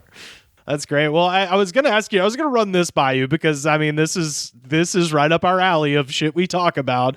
And I know you're a big baseball guy, so I think you'd probably have more to say on this subject than, say, Carter or Sam, who are like me. They're just, hey, if somebody gives me a ticket to the Dodgers game, I'll fucking go. I'll sit there. I'll eat the hot dog. I love it, but I don't follow it, as much as I would like to. But, we lost a lot of people in 2020. John Prine, I was very sad about. We just lost Charlie Pride, one of the greatest country singers of all time. And also Chief Wahoo is dead. The Cleveland Indians, they are no longer called the Cleveland Indians. They are now I think they've started a committee to rename their team. Now, this has been suggested online, and I am 100% in favor of this solution as a fan of the Major League franchise of movies. Like, I like baseball movies way more than I like actual baseball. And Major League, I grew up watching that movie like a fucking maniac, and I think it would be only fitting to call them the Cleveland Wild Things. Look, Charlie Sheen is not a great person to name your team after, or his character, but Charlie Sheen is still better than the racist caricature they've been using for 100 years. It's like Charlie Sheen's not a good person. I'm sure he's like whatever. He gave a bunch of people HIV on purpose. Yeah, he's pretty not bad. He's not the best example, but it's like it's better after a Charlie Sheen movie than just being racist. Yeah, and I can look past the fact that Charlie Sheen played that character, just call it the Cleveland Wild Things or something, or the Cleveland Majors. Hey, let's invoke the movie or something. I don't know. There's also Cleveland as the home of the Rock and Roll Museum, so we can incorporate some of our favorite rock stars. Perhaps the Cleveland David Lee Roths would be cool. It's something. Yeah. There's that song like the Cleveland Rocks or whatever. I have heard the Cleveland Rocks. I'm like, that's actually kind of cool. Yeah, the Cleveland Rocks and fucking Dwayne Johnson doesn't, let's be real, he doesn't have any real allegiance to the Florida Marlins. He just fucking lives in Miami. If you just had the Cleveland Rocks and their logo was the raised people's eyebrow, how fucking dope would that be? Yeah. Yeah, there's a million opportunities here. It's very similar to the Washington Redskins thing where they are, as of this season, still just called the Washington Football Team, and they still haven't come up with a name, and everybody is just screaming at them. the Washington Fat Cats. It's right there. License Garfield if you have to, but it's in your face, dude. Washington Fat Cats is hilarious, and what a cool... I'd buy that shirt immediately if they just had a giant fat cat on there and he was asleep. That would be dope. Yeah, the craziest part about all this was the Redskins was the first team to actually make a change, when for years and years they have a piece of crap owner who was very, adamant about we're never changing the name. We're never changing the name. And there's still like 3 or 4 more teams where, we're waiting on these changes to happen. Oh yeah, I'm gonna read you some comments from a very sane Facebook group that I looked at in a second. But one of the comments literally was like, "What's next? Do we have to change the name of the Braves and the Seminoles and the blah blah blah?" I'm like, yeah. Why not? Dude, first of all, as a huge fan of Outkast, if you do not rename that team the ATLians, you are fucking up, dude. Like that, how badass would that fucking be, dude? I'd buy every ounce of merchandise that they sold. If the Atlanta Braves became the ATLians, fucking get out of here. Dude, you'd print money. Yeah. Like, it's not like this is going against some overarching like capitalist, goal. Like, you can make this shit extremely profitable if you're just smart about marketing. Like, and I say this as a person that barely gives a shit about sports, but I'm like, I would rock the hell out of a Washington Fat Cats jersey, a fucking ATLians jersey. I'd wear all that shit because I think it's cool, So there is a great opportunity here to do something interesting with it, but these people are so fucking short-sighted that it's just ridiculous. Yeah. Yeah, I think, I mean, I don't know. I'm trying to think of anything cool about Northern Florida that they could... Oh, fucking the Limp Bizkits. The fucking Florida State Limp Bizkits. There you go. They're from Tallahassee. Yeah, the Florida State Chocolate Starfish. The Florida State Significant Others. Something. I think Creed is from there too. So I know they're from Florida. Yeah. The Florida State Weathered. I don't know, or the Florida State Sacrifices, or the Florida State Prison. Something. I don't know. Let's work your butt rock bands into the gimmick, But I wanted to go to the finest news source I could and call some comments from there, and so I obviously went to Bill O'Reilly's Facebook page. Because that's where the normal people are.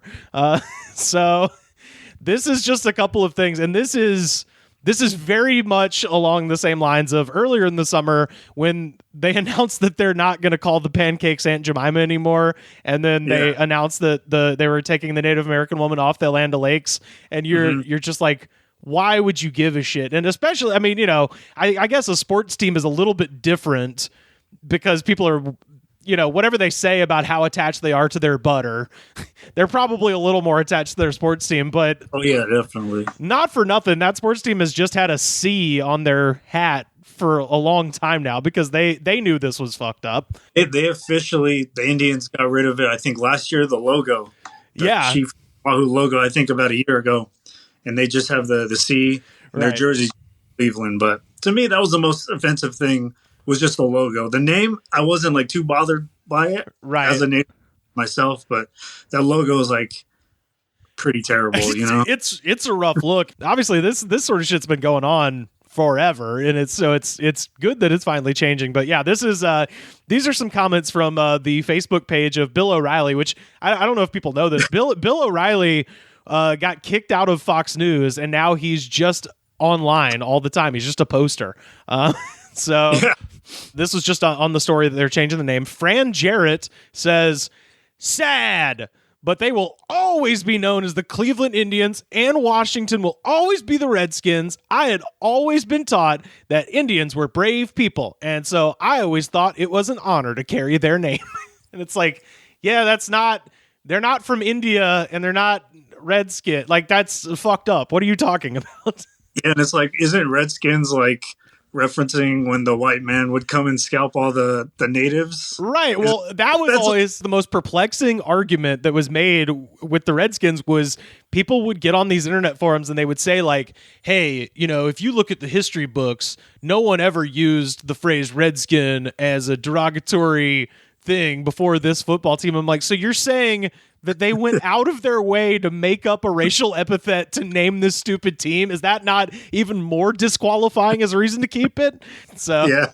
So that's Fran. This was Fred De La Garza, who says, I don't even care about sports anymore, and I was a big fan of it. But the players and their owners, along with the media, has ruined it. Hope they all go broke like the rest of us have. And that is one of those where it's like you were telling on yourself so much here. Like, I'm sorry your life went this way. Like, I mean, obviously this person's kind of backwards, but boy, you just feel bad by the end of that. Yeah. I fucking hate what you're doing, and also I cry every night. And you're like, okay. That's basically what happened when the NBA came back and they had, Black Lives Matter on the court, and their jerseys all had messages like vote and all that kind of stuff. And all you would see was comments like I'm never watching the NBA again. It's like and all these people are just ratting on themselves like, oh, we don't like black people having a voice or right. Well, and also it's like they don't care really. Yeah. Yeah, it's one of those things where it's like, hey, it's easier to lose you as a fan. There's not going to be a time in which children aren't watching basketball. It's just not going to happen. So if a couple of old people drop off because, they've got Black Lives Matter on their jersey, then it's like, it's fine. It's fine to lose you. There's basketball fans being born every minute. Yeah, definitely. But the football fans, they're like, way crazier than any other sport about their teams. And yeah.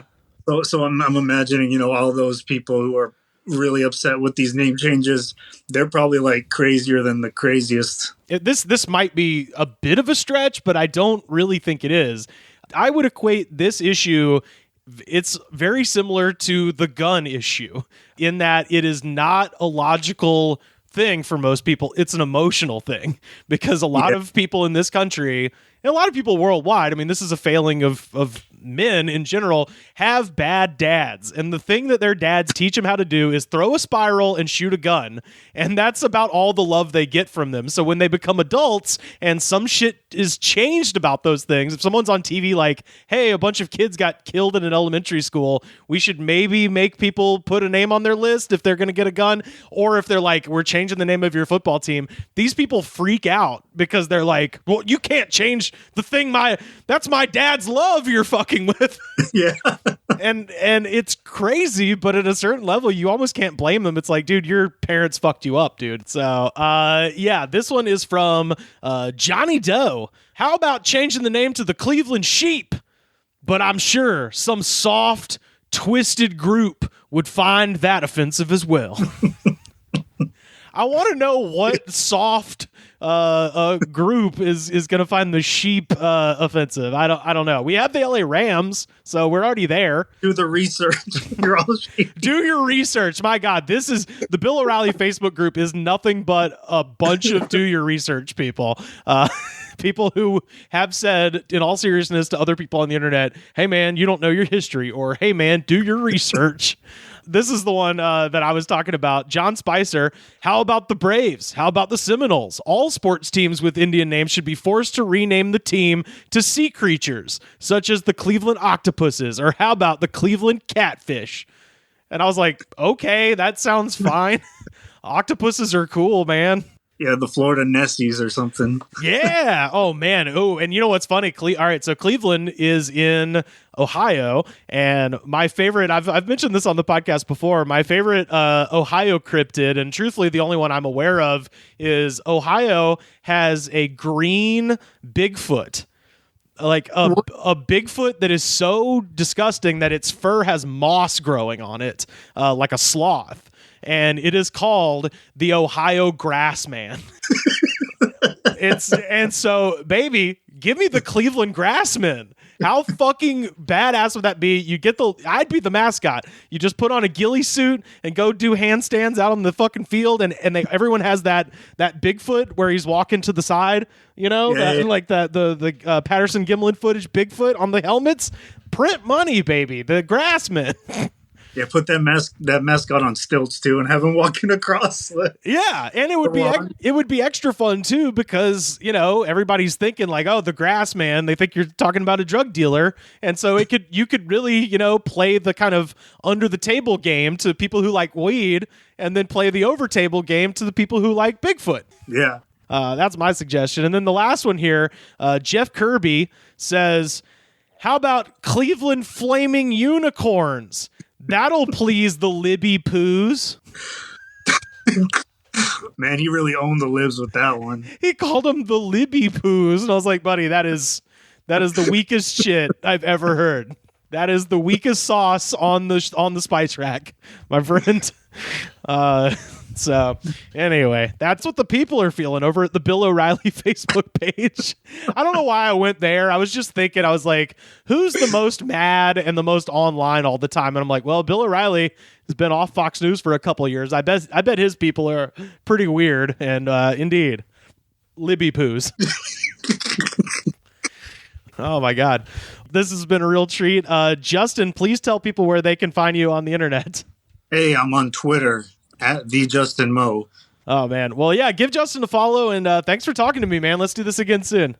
For sure, man. Thanks for having me. All right. Peace, man.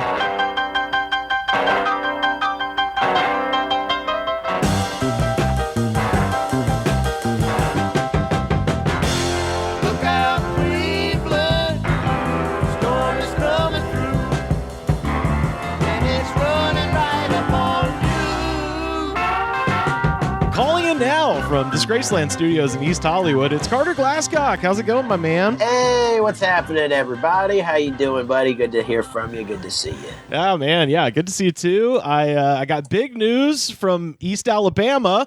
Opelika, Alabama City Council denied Cracker Barrel an alcohol license this week. Like just that Cracker Barrel? Or all yeah, like Cracker Barrel announced, I think we even, in fact, knowing me and knowing this show, I'm sure I mentioned it on this podcast, that Cracker Barrel announced they were going to start selling alcohol. And specifically, like, they're a breakfast place, and they're like, we want to sell mimosas, which makes so much sense to me. So it makes sense. Yeah, absolutely. But they had never previously sold alcohol. So when they announced it, there was a bit of a scuttlebutt online amongst, the real true deep shithead Republican conservative idiots who were like, you're ruining my family restaurant with your alcohol, Yeah. You think, well, the truth is, like, that was always the great divider too, or the great uniter, I mean. Like George W. Bush, between Republicans and Democrats, is that everyone likes to get fucked up on alcohol. And you'd think that they'd be really in favor of this. You know what I think it is? I think it is undercover Cracker Barrel executives that like they're like, look, guys, like, I don't know how much, but we're a family restaurant, and if you want people breaking the chairs and humping the chairs out front and fucking on the chairs, the big wooden rocking chairs. It's a threat to them. You want to think of your grandma knitting on there. You don't want to think about two drunk people day fucking on a rocking chair. They're doing it on the chairs, but then somebody's got the checkers rug on the girl's back, and he's playing the guy in checkers while he's doing her from behind. Yeah. I mean, this is what's at stake. American values is what. Although, if everyone is fucking drunk, you are going to sell a lot more of like Lee Greenwood CDs, I think. Absolutely, yeah. They stand to lose nothing by doing this. But I wanted to read. Yeah, this is from the Opelika Auburn News. The Opelika City Council denied a request for an alcohol license for Cracker Barrel on Fox Run Avenue at its Tuesday meeting in a 2-2 vote. So I don't know who breaks the tie if they have like their version of the vice president or something. Maybe it says it later in the ad, and I just don't give that much of a shit. But somehow 50-50 it lost. And I just wanted to read this because it's hilarious. With a town that small, they shouldn't even have a city council. They should just have someone dubbed king. You know what I mean? Like someone who is like he's beating up everybody else. You know, King Gary. King Gary doth decree that everybody has to suck my dick. I'm not 100% sure if he's still the mayor, but Opelika's mayor used to be a guy named Gary Fuller. And back when I was in college, I got really into, spooky shit. And there's supposed to be one of them haunted roads in Opelika called Double Hill Road that's got a bridge that if you stand at the bridge at midnight and the ghost carriage comes across or some shit, one of those things. But it's not listed on any map as Double Hill Road. It's listed as like County Road 142 or something. But I didn't know that. And this is 2005, so this is kind of the days before Google Maps, and it was hard to find. I emailed Gary Fuller, the mayor of Opelika, to ask him about this haunted road.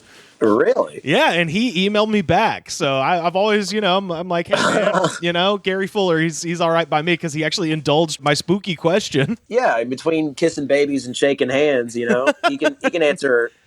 I mean, he is concerned about the ghost. He's not concerned about it. Yeah, exactly. Well, and what was funny was he told me where it was, the road, and then he ended the email with some really cryptic shit where he goes, the only person who lives on Double Hill Road is Gerald, but I wouldn't necessarily believe anything he tells you. ... His brother Murray has passed. And I was like, dude, you can't answer an email about ghosts with just ... His brother Murray has passed and not expect me to have to ask you 1,000 more fucking questions. And Gerald hasn't been there for 30 years. So I don't know if he was involved. Maybe the mayor is the tiebreaker. Hell, maybe Gary Fuller's the bad guy here, and I just didn't know it. But smooth talking Gary Fuller. Who knows? Like I said, if somebody, I know we got listeners in Opelika. Who's the mayor of your fucking town? Tell me. I'm not looking it up. But yeah, so the head of the Chamber of Commerce in this article, he is saying of Cracker Barrel, quote, they're adding mimosas and coffee type beverages to the menu, not necessarily changing their culture to create a late night environment or anything like that, which all of a sudden I was like, dude, I want that. Like, it's like Club CB and they fucking clear out the tables and just turn it into a booty club. Oh, I mean, like they did like a trial run of this when we went to Cracker Barrel for the show. I remember there was a guy in the bathroom and he was setting up jizz rags, and he's like, "You're going to want to leave at 8." Bad things happen. Yeah, it was a Teddy Ruxpin was actually setting it up. This is the guy who was leading the fight against it. Council members like Ward 3's Robert Lofton said they thought that serving alcohol at Cracker Barrel went against its reputation as a family restaurant. Quote, the reservation I have is that Cracker Barrel is a family-type restaurant where people go. I have personal reservations about the situation of alcohol in that environment. Which, to what you were saying, what the fuck does he think is going to happen at Cracker Barrel? They close at 9 p.m. I mean, I don't know if my family is unique in this regard, but every family occasion in the South, to my knowledge, is doused in alcohol. So yeah. It feels like it would be more of a family situation if there were just tons of booze just around. I would just like it if that guy was right and they did allow alcohol, and the next time he went to Cracker Barrel, it was just like it was like the beginning of Tombstone. There was just a guy being thrown out the front door and shit, and just people brawling. Yeah. Oh, okay. The end of the article says if it's a tie, it doesn't pass. Damn, that's not fair. They should have a tiebreaker. What the fuck? These towns really do like force you to move. Yeah, I know. You know what I mean? Like, you can't have alcohol at the Cracker Barrel. It really is like your hand is forced. Like, it's not like you're not even brave for moving away. No. It's just the logical thing to do. You just have survival instincts. Yeah, the guy who runs the town is just like, now listen. If you cannot 100% ensure that some fucking drunk housewife isn't going to break off the wine stem of her mimosa glass and try to stab me in the heart when I'm trying to eat my hash brown casserole, then you can fuck right off, sir. Now, I, Lord Gary, have now decreed that I find mayonnaise to be too close in visual and in texture to that of jism. And I refuse for anybody to, I do not allow it. I henceforth decree no one can eat mayonnaise on their sandwiches. It's like you got to go. You just got to go. There's no, your hands are tied, man. that was the big story from Auburn. But I did find, we are getting very, very close to Christmas time. So I've got a couple of kind of Christmassy stories for you, Carter. The first one comes to us from Long County, Georgia. Roughly 50 kids posed for pictures with Saint Nick and Mrs. Claus at a Christmas parade in Georgia, and now they have both tested positive for COVID-19. So if you were one of the 50-plus children that sat in Santa's lap, you might be fucked, and your parents might be even more fucked. I mean, it's just the whole like, what you mean we can't even do that? Yeah, you can't. Okay, I understand. Put on the mask, can't eat nowhere, can't have no fun. But you're telling me I can't drink hard whiskey at the Cracker Barrel. Fine. I'll even give you that one. You get that one, Gary. But you're telling me that I can't do the Lady in the Tramp thing with the noodle. I can't do that with a stranger. All right, now hold on just a ding dang. Hold up now. It's like it's your mouth. It comes from your mouth. It comes from strangers. Yeah. The article is great here. New York Post, they're a bunch of shitheads, but boy, they can write a funny line. Neither Santa nor the missus, whose real names weren't provided, had been experiencing coronavirus symptoms at the time. Quote, I have personally known both Santa and Mrs. Claus my entire life, and I can assure everyone that they would have never knowingly done anything to place any children in danger. I love that, like, they are so intent on protecting children from the knowledge that Santa Claus isn't real, as opposed to protecting them from COVID. Kids are dumb. Lie to them. Just be like, hey, man, it's not happening this year. Santa's staying home just like we are. You don't want Santa to die, do you? Do say some shit like that. I mean, it's not fucking hard. You know what I mean? Like, oh my God, it's crazy that it's just that whole like they still have to do that like that useless press conference of like Santa Claus is really sad that he's got the sniffles and now the elves made him an iron lung. Like, like just be like, look, Rodney, who played Santa Claus, is in the hospital. It's a serious situation. Like, yeah. This town, by the way, is Ludowici, Georgia, is the name of the town. I don't know why. Ludowici. It's got a weird Italian name going on. Ludowici. Ludowici. Or actually, I live in Ludowici, Georgia.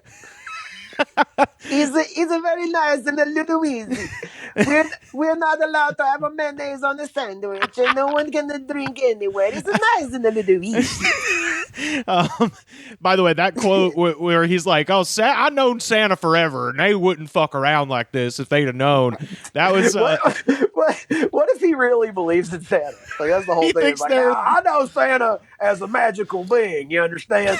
And he, as I've been told, he is immune to the sniffles and the yuckies. He loves kids. He wouldn't try to kill them.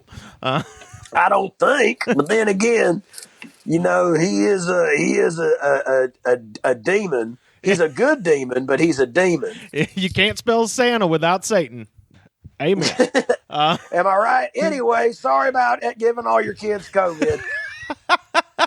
By the way, the guy that I was quoting earlier, Robert Parker from the Long County Board of Commissioners, his other quote is, quote, my children both had their picture made with Santa, and their smiles were bigger than any day when they head off to school where the same risk exposure exists. And it's like, yeah, but I think... What the fuck are you talking about? It's like their smiles were big because they weren't in school, you jackass. Like, yeah, school sucks, dog. What do you mean? Well, they were happy to get it from Santa because they love Santa. It's like, no, they were, because you were there sweating and yelling at them to smile. Parker said that he and other officials stood by the decision to, quote, move forward with these holiday traditions and to bring some sense of normalcy to these trying times. It's like, it's one Christmas, dude. Like, oh my God, man. If I put you or any other person on the spot and was like, describe to me your Christmas 1998, you could not. No, I don't remember like the best thing I got in any year. Like, I don't remember the best Christmas gift I've ever received, period. Yeah. Like, you know what I mean? Like, why is it like it's a tradition? Like it's for these people who want to put it on. The kids can deal with it. It's these older people cannot deal with it. Like the whole thing is people who are like COVID denying and being the worst about it are people who are middle aged, and this makes them feel super old.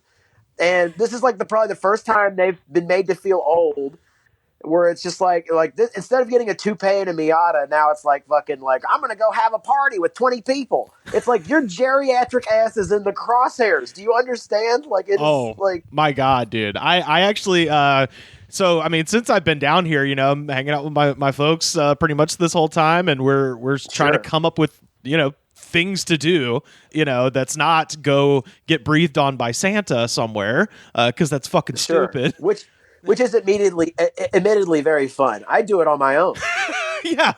On a normal year, absolutely. I'm on Santa's job. Dude, I go on Sunset Boulevard and I find the guy who looks the most like Santa, and I get him to breathe directly. He kind of cups his mouth around my nose, kind of like a snake a little bit. Yeah, I know. I know that. Imagine my mouth is a nipple, right? My mouth is a nipple and giving him shit.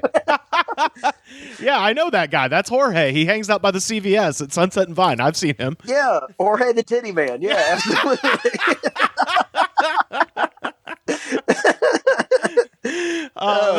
Well, he's a holiday classic, Yeah, he's all filled up with Klonopin and Jack Daniels, and he'll sing you a song. He's great. Sure, he's he claims he's singing "We Wish You a Merry Christmas" while he's sucking on your face, on your nose tit, but really he's just licking. He's just trying to get in the nostril. And I know what you're up to, Jorge. But Merry Christmas to you. Well, so we were trying to think of something to do, and I don't know. Sure. I don't know if you've ever heard of this, Carter, because you grew up in Tennessee and Birmingham. So I don't know if you would have been close enough to this part of the state to where this would be a normal thing. But are you familiar with Callaway Gardens?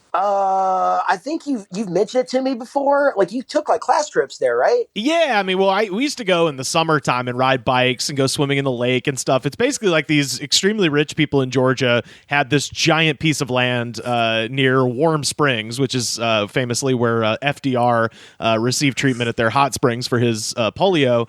And oh shit! And so you can zip over and see Franklin Roosevelt's house. Actually, it's called the Little White House in Warm Springs. It's just on the other side of the mountain.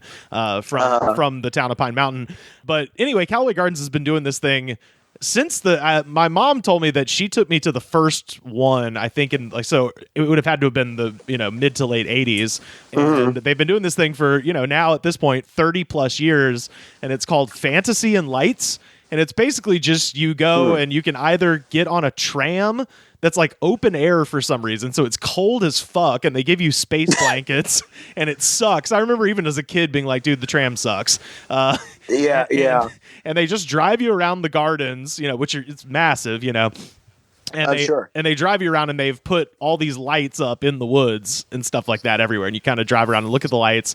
And if you're a kid, it's real, kind of pretty and fun. And if you're an adult, they play Christmas music loud, and it's kind of a fun thing to do with your family. And we used to do it all the time when I was a kid, and I haven't been since probably mid to late 90s, 1995, 1996, that era. So we decided, we were like looking for shit to do, and I was like, hey, let's go see these redneck ass Christmas lights in this garden, For sure. Yeah, absolutely. And I just want to say right now, shout out to Callaway Gardens, because they have not changed a fucking thing about that show. Yeah. Like, you don't fix what's not broken. You dude, know what I mean? So much time has passed. The evolution just of the light bulb in my lifetime is amazing. Right. And these people are like, fuck you. You're going to come, you're going to pay the money, you're going to see the stupid thing, and we're not changing a goddamn thing about it. The only thing that they changed is Callaway Gardens has a golf course, and you drive past the last little part. They're playing Handel's Messiah, so hallelujah, and you're passing by the fairway, which they have totally covered the fairway of this golf course in lights that string across the ground, so it's supposed to be like a completely like lit up sort of landscape. That part, the only new thing they've added since I last went in the 90s, that part was broken. So all the other lights, including the one I posted on Instagram where it's like an elf pulling the string of a doll that's in the middle of the woods just going, mama, mama, mama. It's really freaky. That's still up. That's been there since the 80s. But the new thing, they were like, it doesn't work. Fuck it. But you've got the option to just ride in your car. So you don't have to go on the stupid tram. So the whole time we're in the car seeing this thing. And while we're passing by, all the trams are just packed with fucking people. Oh, God. Which, like I said, even as a child, the tram sucks because you're freezing your tits off the whole time. There's no reason to go on the tram ever. But now I'm going to be on the tram, freeze my tits, and get COVID. Well, here's the thing. The hypothermia and the COVID cancel each other out. I don't know if you know this. Yeah, hypothermia does kill COVID. That's science. It does. I mean, if it doesn't kill you, it's going to kill COVID. I'll tell you that right now. Exactly. At the end, they have like the Santa's Workshop Village thing, which again is a giant rubber tent that everybody gets in and breathes on each other, and then you get a picture with Santa. Oh, dear. So it was like, hey, turn left to go to Santa's Village. And I'm like, fuck that, and turned right and got right back on the highway because, baby, I got hot cocoa at the house. I can fucking have that later. You know, when I was back, I did like the little memory tour also, like went by like my old houses and stuff. Oh, yeah. And all that shit. And boy, it leaves a lot to the imagination where you're like, I could see how a child would like this, you know, with the flashing lights and the what you have it. But yeah, I mean, I did kind of, I mean, it was fun. It was very nostalgic. But the whole time I was just sitting there like, you know, the meta narrative of sitting there and just being like, God damn, you sons of bitches didn't do anything. That's great. And it was still packed. Yeah. They didn't have to change anything. It was packed. Is it like the only thing to do in the area? Pretty much. Oh, yeah, yeah. And it was a genuine super spreader. So hats off. You did it. I'll tell you. Hats off to everyone holding super spreader events right now, just in the face of logic and the law. And it's really like, you want to know what bravery is? Oh. You guys really will do anything for the party. And I don't know. It's really awesome, I think. You don't see this many people like freaking out when like you know, when an F5 tornado has touched ground. You know what I mean? Like, people don't run out into the streets and start fucking each other. Right. Maybe they should, though. Yeah. Hey, it's not, I mean, you know, if the tornado runs over your town, man, there's nothing much else to do. Well, when I did go through a tornado, there were frat boys out in the street being like, "Holy shit, dude, look at that!" And they didn't stop throwing a football around. So maybe they had the right idea, you know? Yeah. I never saw them again. I think they got taken away by the tornado, but you know, at least they had fun. Yeah. Now they're doing keg stands in Oz. That's all that works, right? Yeah, in Munchkin Land. Yeah, absolutely. Yeah. I guess I am kind of a bad boy, good witch. Can your man the good warlock throw a fucking spiral? I don't think so. I don't fucking think so, bro. Well, speaking of super spreaders, I mean, I'm gonna play this just because you know, we love playing it, and it's of course the Nerado suicide clip. Yeah. This is suicide, my man. This person has been canceled. It's just now they're just piling the shit on top of their already head that is already covered with shit. And that would be goodness. Actor Kirk Cameron is facing sharp criticism after hosting a mass gathering of carolers at a Ventura County, California mall. God. When are they going to find like the basement full of dead bodies that guy has? Well, he's been crazy for like 30 years now. Oh yeah. Oh, absolutely. Yeah. What I mean, you know, shit. But this is funny because this is what we were talking about. You remember you and me recorded the podcast at the picnic table in Bronson Caves, and we were fucking talking about that thing where it was like, this is why California is the laughing stock of Alabama, and it was a bunch of guidelines, and one of them was like no screaming or singing.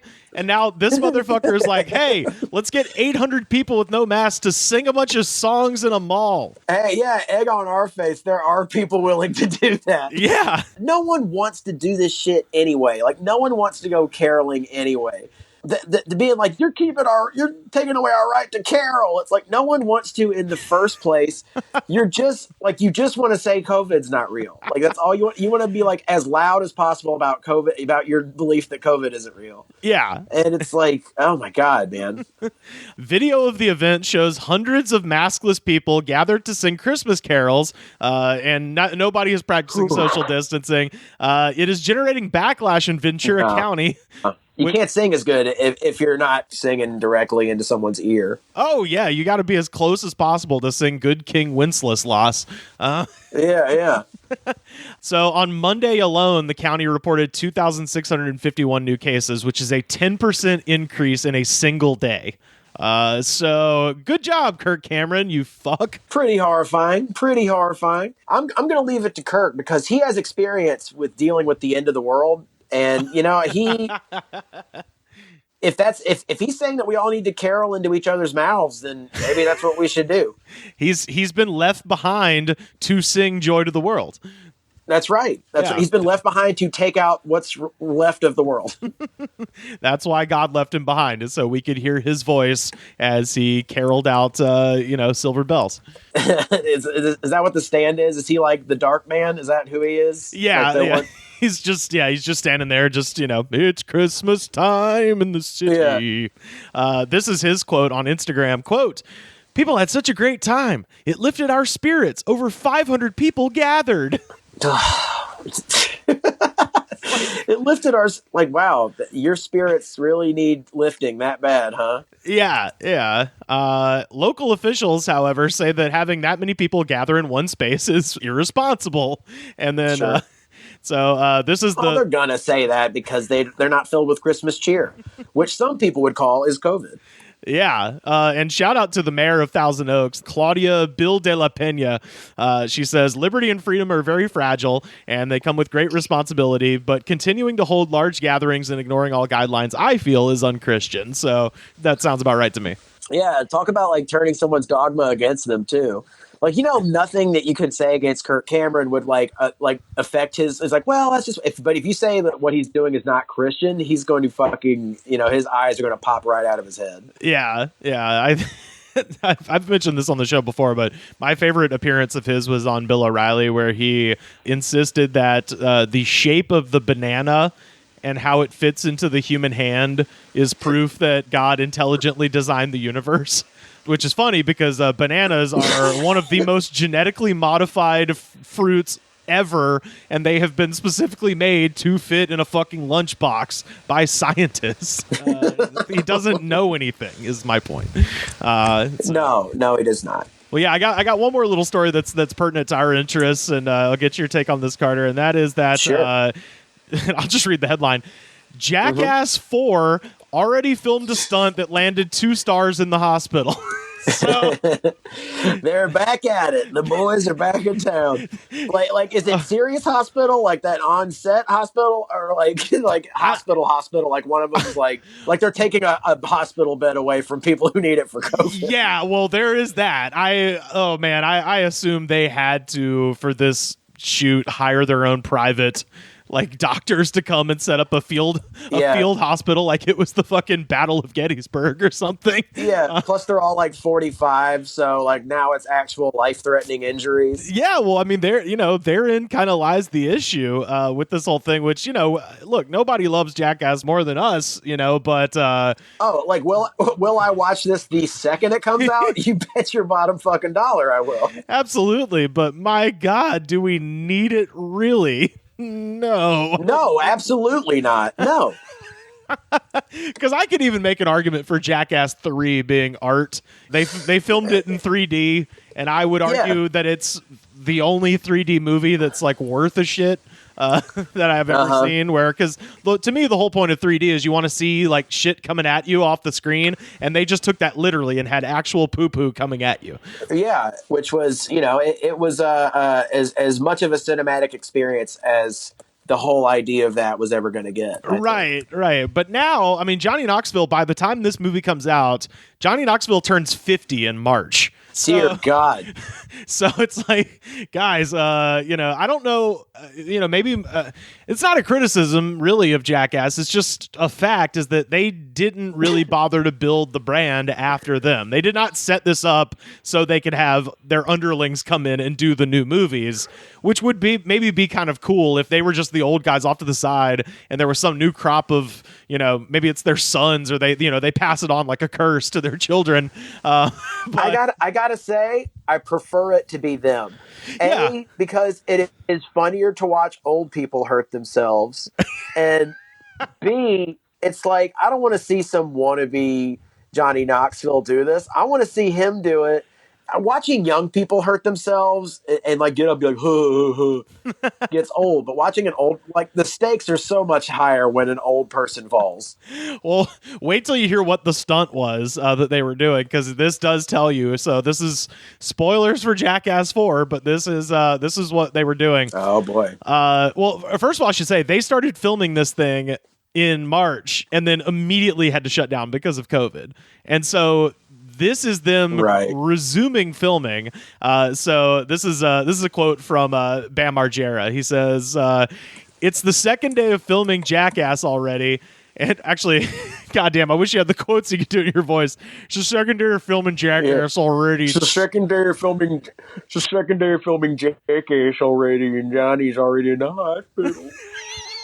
I mean, that's what he said. It's the second day of filming Jackass, and Steve-O and Knoxville were hospitalized when they both jumped full speed onto treadmills with band equipment like a fucking tuba, Margera said. So the stunt, it's like not even that good. There's no stun guns or anything in it. It's just like all right, let's do that. That was a warm-up stunt. That shows like how much they cannot do this. Like that was a warm-up stunt. That's exactly what I was gonna say. I was like, that is such the first 5 minutes of the movie kind of a thing. That's not even... You throw that in during the credits. Yeah, like that's nothing. Yeah, which it probably will be in the credits now, like all of the other times that Johnny Knoxville's had to go to the hospital. Usually those stunts just get relegated to the credits, where it's like Johnny Knoxville's being hauled away to the hospital and Rip Taylor's standing there with a bunch of like spinners and confetti. Who is dead? Yes. Yeah, he's dead. Although maybe they got some footage. Maybe it'll be like Alex Trebek, like he's if they got his kid to do it, that would be cool. Or if they got the who is the new Rip Taylor? Andy Dick? Billy Eichner, obviously. Which, by the way, I said this on Twitter, but it was true. He made his singing debut on James Corden, and it looked like he was on the Sith Christmas planet. It was just these black Christmas trees, and all the lights were off, and it was just red lights everywhere. It looked like the throne room fight in Last Jedi. It was ridiculous. That's awesome. But but this is you're exactly right. This is such a day one stunt where it's like, man, if y'all are getting this fucking hurt out of the gate like this, the second day of filming, my God, this movie is going to be a disaster. I think for most things, like for most of this year, it's been really disheartening to see people willingly put themselves in harm's way, and you want to tell them like, please, like, stop, like, but in this circumstance, I want to be like, keep going. Absolutely keep going. Don't let this deter you. Yeah, we all need this. So please hurt yourselves. Yeah, please hurt yourself. If you're going to sign off on it, is it a bad idea? Yes, it's a horrible idea. But if you're going to do it right. That's all I'm saying. Oh my God, Carter! I lied. I do have one more thing that I have to read you because it made me spit out my cereal I was eating this morning when I read it, and I forgot I put it on my phone. That sounds good. Okay. This is just like a police brief from the Westbrook, Maine Police Department, which is near Portland, Maine. Today around 3:30 p.m., multiple 911 calls were received reporting that a male was chasing people with a chainsaw at McDonald's. Jesus God. That is, well, I mean, where was this? This was in Portland, Maine. That sounds like some distinctly LA shit. Not even the crazy Portland. Not even the crazy Portland. Not even Portland, Oregon. Fucking Portland, Maine. If you told me that was the McDonald's on Vermont by our house, I would have been like, yeah, that sounds right. But Yeah, no, they're going to have like a team of people to like, counsel people after that. That's insane. So That's this is the rest of the and little. he chased. I guess he didn't get anybody. No, he didn't get right. He didn't get anybody. This is the second little bit of the story. The investigation determined that the suspect entered McDonald's with the chainsaw, went behind the counter where the employees were actively preparing food, revved the chainsaw intermittently, and then walked away with a drink and some hamburgers. So he literally hamburgled a McDonald's with a chainsaw. Dude, I'm telling you, maybe it's the color scheme. Maybe it's like that it is like kind of like shorthand for like soulless corporation, like fake food factory. But that is the place where people lose it, is McDonald's. People don't lose it like this in a Burger King. People fucking lose it at a McDonald's. Like, that's why falling down takes place in a McDonald's-esque restaurant. Yeah, that's right. Yeah. At Burger King, people get busy in the Burger King bathroom. Burger King is about love, as the Humpty Dance tells us. Absolutely. Burger King is all about love. Impossible Burgers, if you ground them up and make them into like a shake, it's an aphrodisiac. I'm telling you. So he's revving the chainsaw. He stole some hamburgers and a drink. When the manager confronted the suspect in the parking lot, the suspect began chasing the manager with the chainsaw. So, I mean, you're already doing it. You know what I mean? Like, also, that manager is He's like, all right, I'm going to take control of the situation. Like, don't take control of the situation. Call the cops, man. Dude, if you're McDonald's and you read this story, you immediately promote that manager to the head of the regional area. Because that's the most hardcore McDonald's manager. If somebody came into my own home with a chainsaw, I would run away. Like, I'm not trying to defend the house from a guy with a chainsaw, let alone a shitty McDonald's I work at. Even if I am the fucking manager, I'm out of there. No, you get the house. Yeah. You know what I mean? Like, you're the boss. That's in the Bible. The man with the chainsaw makes the rules. Yeah. Do you think Kirk Cameron had a chainsaw? That's how he made everyone carol. Like, he was like kept walking around with the chainsaw. Like, they had to carol over the sound of like the engine of the chainsaw. The suspect also used the chainsaw to damage 2 vehicles in the parking lot.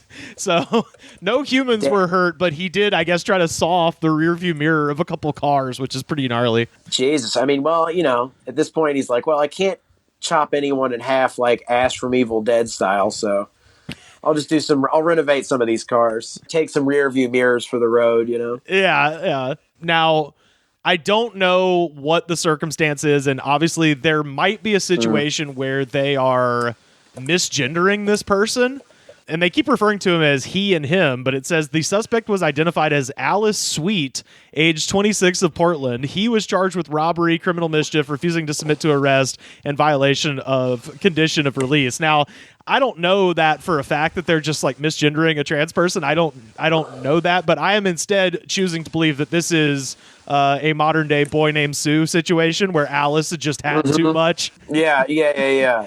So he gave me that name and said goodbye. And I picked up a chainsaw and chased him around a McDonald's. Some unhinged, balding, kind of like E.T. bodied, but like sunken eyed, like Steve Buscemi, and his name is Brittany. Yeah. You know what I mean? Like, yeah, and that's not his chosen name. That was a name that was given to him at birth, and that was the last day. That was the last day he was going to stand for it. He could just roll with the punches, but he lives in a Portland, Maine, where everyone's white and everyone's terrible. Right. So maybe that's what it is. Anyway, well, that's all the news that's fit to print. Carter, are you ready for our jam of the day? Buddy, you know it. Oh, there it is. That sound can only mean one thing. It is "Fly" by Sugar Ray, who I can't believe we hadn't gotten to Sugar Ray on the jam of the day. Oh man, dude, I think it was the second album I ever bought was 1459, and then shortly Floored thereafter. Dude, I wish it was an album by Floor. Floor is a awesome metal band. Floored is a album by Sugar Ray. And yeah, it was there are new metal songs on it. They used to be kind of like in that SoCal new metal band tradition. And this was like their pop hit, which was obviously a huge hit. Oh yeah. Well, they kind of remodeled the entire trajectory of their band, because everything after this was like sunny, breezy beach music. And there's a bit of a conspiracy that I see in the comments here, which is that potentially Mark McGrath heard Sublime and their album, which came out the year before, and was like, "Hey, let's fucking get on that groovy SoCal kind of sound." I mean, they kind of burn through the same framework, so I believe it. Yeah. To their credit, I think Sugar Ray are like savvy pop music writers, and they have some songs that I think are catchy, like this one. Oh yeah, this song is an absolute earworm, man. It's an earworm. I mean, like everyone immediately knew the chorus to the song because they're scatting on the song by Supercat. And when I was a kid, I thought that was Mark McGrath. Like him going, I thought it was him going like, high, higher than high, no need to fly because we all forget to fly. Like that thing, I thought that was him. That was his Chet Hanks alter ego? Yeah, but it's Supercat. Yeah. But yeah, no, I mean, I remember actually liking some of the metal songs on this album. As far as like disposable, like alternative pop songs, you could do a lot worse. Yeah, absolutely. But let's get down into these comments. First up, Patricia Resendez from 7 months ago says, "All I have to say is the band that I fell in love with Ace of Base, The Sign." She wrote "with" 5 times, and then it wasn't even Sugar Ray. It was just a different band entirely. I think the more we do of these, and we've done quite a few now, I'm just learning that just people who comment on YouTube, the songs are fucking out of their mind. Like, I like to imagine that this is a person with one of those voice boxes that just starts malfunctioning, you know? Yeah, with. Yeah, like Stephen Hawking was a big fan of Ace of Base. Yeah. Terry Cropog from 7 months ago. There's some amazing names on here. "Just heard this song on an old episode of Without a Trace. I never knew who sang this song before. Wow. Who knew it was the group Sugar Ray from Southern Louisiana?" Are they from Southern Louisiana? No, they're from Orange County. They could not be further from Southern Louisiana in both style and geography. Like everyone who comments on these is just in a world of their own making. Like they haven't spoken to anyone in far too long. Like, do you think they'd ever think that like anyone would bring these up and say them out loud on a podcast? Probably not. I don't know. I go back and forth on that because some of them, because I always like to check because there's some of them that appear to be so stupid that they have to be written by a comedian. And every time I think that, I click the profile and watch one of their videos or something else they've posted. And I'm like, nope, this is real. This is 100% this is a real fucking person. real. Like, my God, some of our listeners might not think I do my due diligence with these. I try to, especially when they're real wacky. I'm like, all right, you might be fucking with me. If I determine that they're fucking with me, I usually won't put it on the list. I usually am just like, no, this guy's being funny. So these are, I fact check these as best I can. Captain Kirk for Days from 6 months ago. "Sugar Ray better be getting the money for this shit." Trust me, they're fine.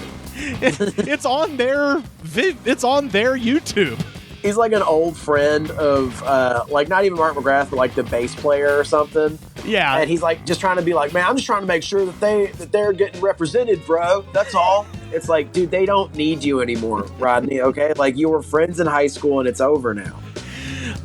Larry Foster from 6 months ago.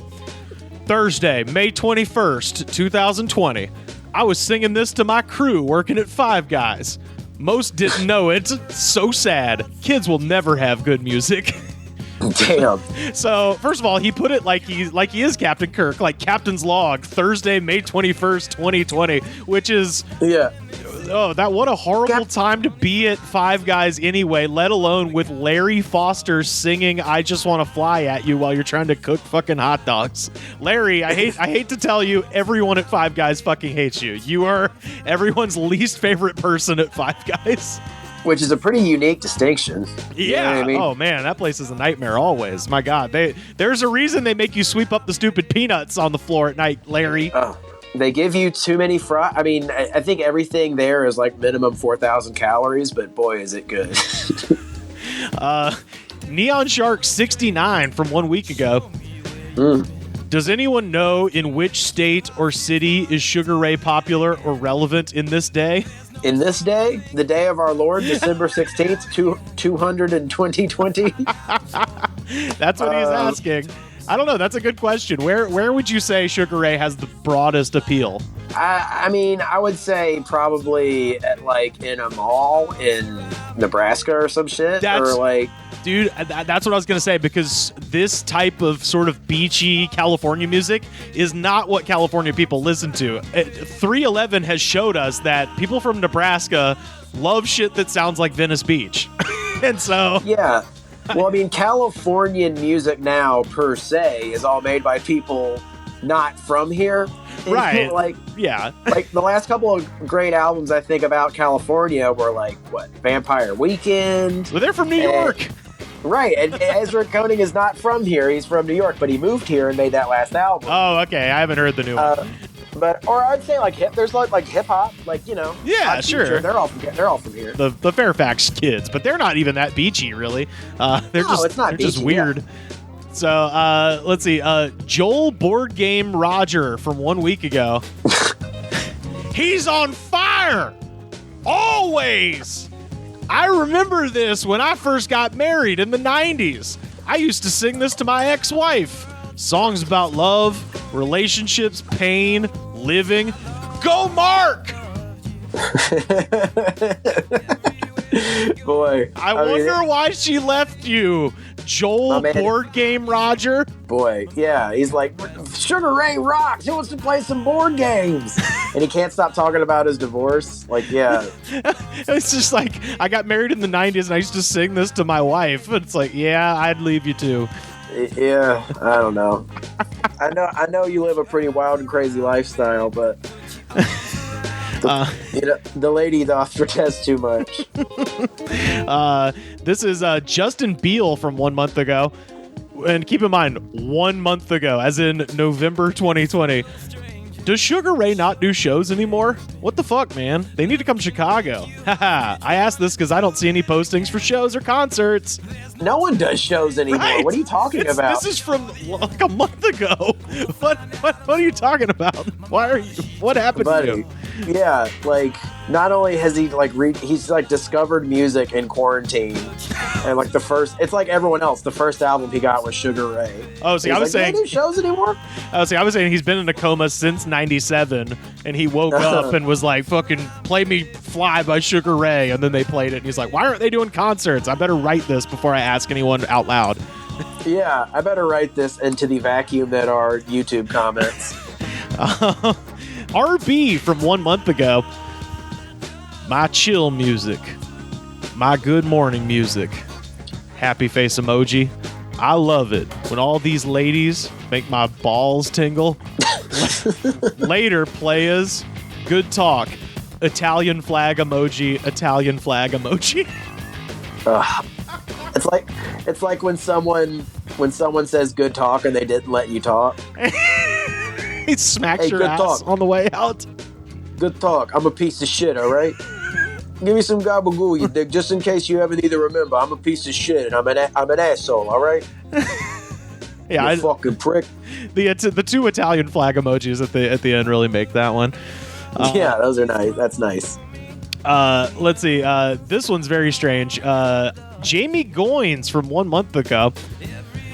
I am here for the comments that say there is a minority in this song. I didn't know there was a color until people started to mention it. I didn't know Eminem was white until a minority mentioned it. I didn't know Darius Rucker was a minority until a white mentioned it. How about we just say rap and country, including alternative, is American culture? Oh, see, it always feels weird when a white person like calls someone who is not white and then like, you know, it's like even call it like a white or a black is like, it sounds awful. Like that sounds like like someone trying desperately not to be racist because they know it could just come flying out of their mouth at any minute. Matthew Poreda from 7 months ago. The 90s was the last decade that inherent joy of life was openly revealed. To attain it now, you have to detach from the world. I was like, I feel like that's a you problem and not a me problem, James. I think. Yeah, that seems. Or yeah, Matthew. It's also, you never see that on those buzz feeds. Like, if you don't have the joy of the world anymore, you might be a 90s kid. Blah, blah. it's funny watching like people our age turn into old curdled turds. That's a band name, my friend. The Curdle Turds. Old Curdle Turds. That's a B-sides collection for like the Dead Milkmen. The Curdle Turds. Or the B-side collection for Rodney Carrington. I was gonna say it was the one band in the British invasion that didn't make it over. Yeah, they were the Curdle Turds. Yeah, Herman's Hermits were the last ones off the boat. The Curdle Turds didn't make it. Yeah. This one is deeply insulting, and I love it. Innocent Doodles from 4 months ago. To be fair, I only heard the Kids Bop version all my life, so I'm biased, but fucking hell, this guy's voice is awful. That is a savage burn, as the kids say. My God. Yeah, I'll take it. Yeah, I'll take it. Him ragging on old Mark McGrath like that, you know. Mark McGrath gets it enough. Speaking of Darius Rucker, someone else who gets just called Hootie. I'm sure Mark McGrath gets called Sugar Ray a lot. Oh yeah. I think we mentioned on the show. I mean, the moment Sugar Ray, the absolute highest point that Sugar Ray ever reached was when that video got leaked to TMZ of some guy calling him Sugar Gay and him getting in a fight with him. And that was it. He lost all legitimacy in that moment because he's drunk on the street in front of like the Viper Room or something, and somebody yells Sugar Gay, and he's just like, "Who said Sugar Gay? Who said Sugar Gay?" And he gets in this guy's face and he's like screaming at him and shit, and you're like, buddy, if you just let that one slide, man, you probably would have had another 5 years on that career. Oh man, I mean, he's living off residuals off 2 mega hits, so you can't feel too bad. And you know, maybe after 8 daiquiris or something, I'm sure he felt, you know, he was not ready to be called Sugar Gay for the 8 millionth time. Can't Get Hurt Network, which I haven't clicked on that YouTube page, but it sounds great. The Can't Get Hurt Network from 7 months ago. Oh my God, my hairline left me too. It's brutal. I'm gonna naked. It means it makes it. Wait, is this Bill Burr? It's brutal. Yeah, my hairline left me too. It's brutal. And then he says, I'm gonna naked, comma, I'm means naked butts, lot of butts, and work. Damn, I need hair. Wow, this is someone who thinks they are funnier when they are drunk. I gotta say, you know, it's probably best. A lot is a mistake a lot of open micers make at first. You think you got to get loaded to be funny. Yeah. And you don't. You really don't. I'm telling you. Just to give yourself a sense of perspective, you don't need to. You're just not funny. Right. Yeah. Maybe do what I did. Drink enough to get the nerves down, but don't drink so much that you're just like, damn, I need hair. Who's laughing at my chicken? You know. Yeah, they call me chicken because I got a big old chicken. And they're like, what the fuck are you talking about? They had the whole routine worked out about how funny the chicken was going to be, and then it just doesn't work. Favorite thing ever in comedy is when you know they spent a lot of time thinking about their thing that is not working. Oh, yeah, when they come dressed up as a thing. Yeah. It's like, oh boy. Well, yeah, it's like... I have to laugh at this because this doesn't seem like, you know, he's not going to take rejection lying down. So... And finally, Ace Magoni from 7 months ago. And now I have to say, this starts off as a comment, but then I think turns into rap lyrics. So I'm going to attempt to read this the way Ace Magoni intends. So the first sentence, like I said, I think is just a comment, and then he's got some bars. It's crazy how much things have changed and how much I have changed from 1997 to now. I went from caterpillar to butterfly in the sky. Before fortune, before the fame, y'all suck us some lames. I come through like Rick James. I have been on them streets, holding them heats, wearing different color sheets to match my different color fleets. He's just a sneak peek. He's Ace Gutta. 313, get at me. Oh, buddy, you need to get on TikTok, not YouTube. TikTok. With your terrible raps.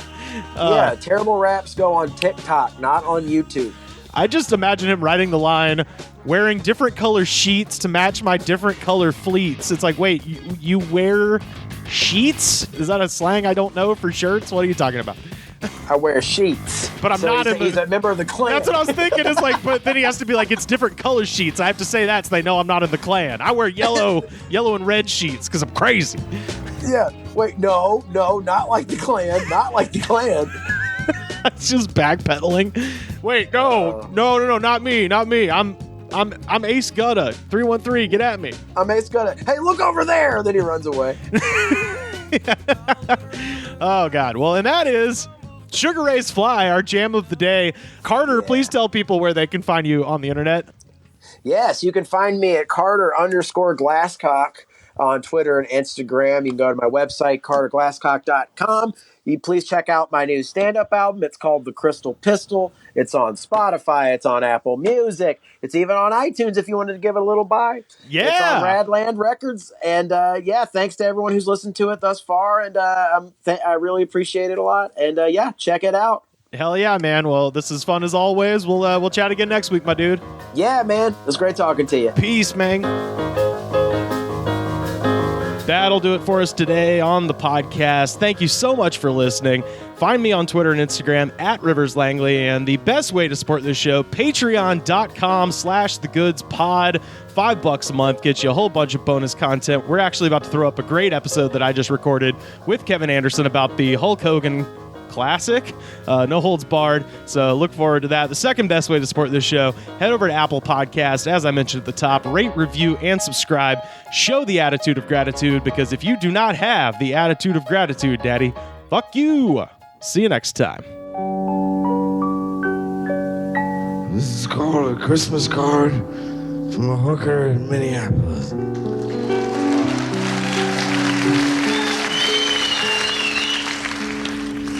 She writes, "Hey Charlie. Hey Charlie, baby, I'm pregnant again. And I'm living on 9th Street, right above a dirty bookstore, right off Euclid Avenue. I stopped taking dope for beer, I quit drinking whiskey. And my old man, well, he plays the trombone, and he works out at the track.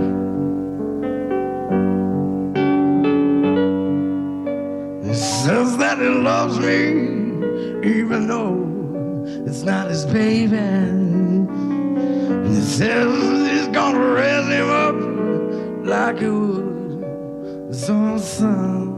And he gave me a ring that was worn by his mother. And you know something, Charlie? The cat takes me out dancing every Saturday night.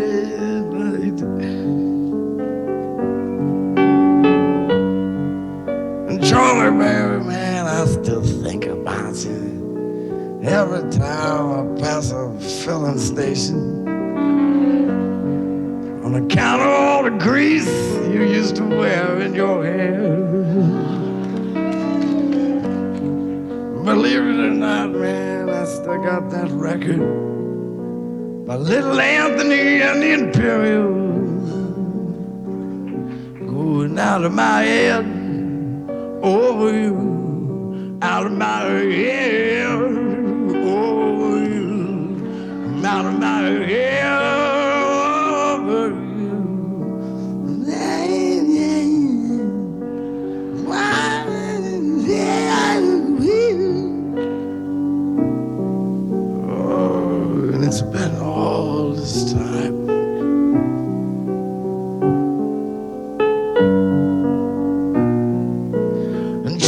baby, I almost went crazy after Mario got busted. So I went back to Omaha to live with my folks. Everyone that I used to know was either dead or in prison. So I came back to Minneapolis, honey. Yeah, maybe I'll stick around for a while now.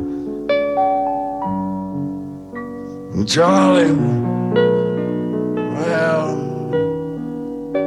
you know, I'm holding up all right. I wish I had all the money we used to spend on dope. I'd buy me a used car lot. Nah, I don't think I'd ever sell any of them. I'd just drive me a different car every day, depending on how I feel. And Charlie, for Christ's sakes, man, you want to know the truth of it? I ain't got no husband, baby. Nah, he don't play the trombone. I need to borrow money to pay this lawyer, Charlie.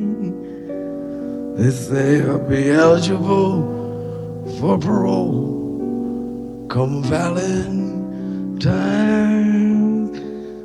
Day.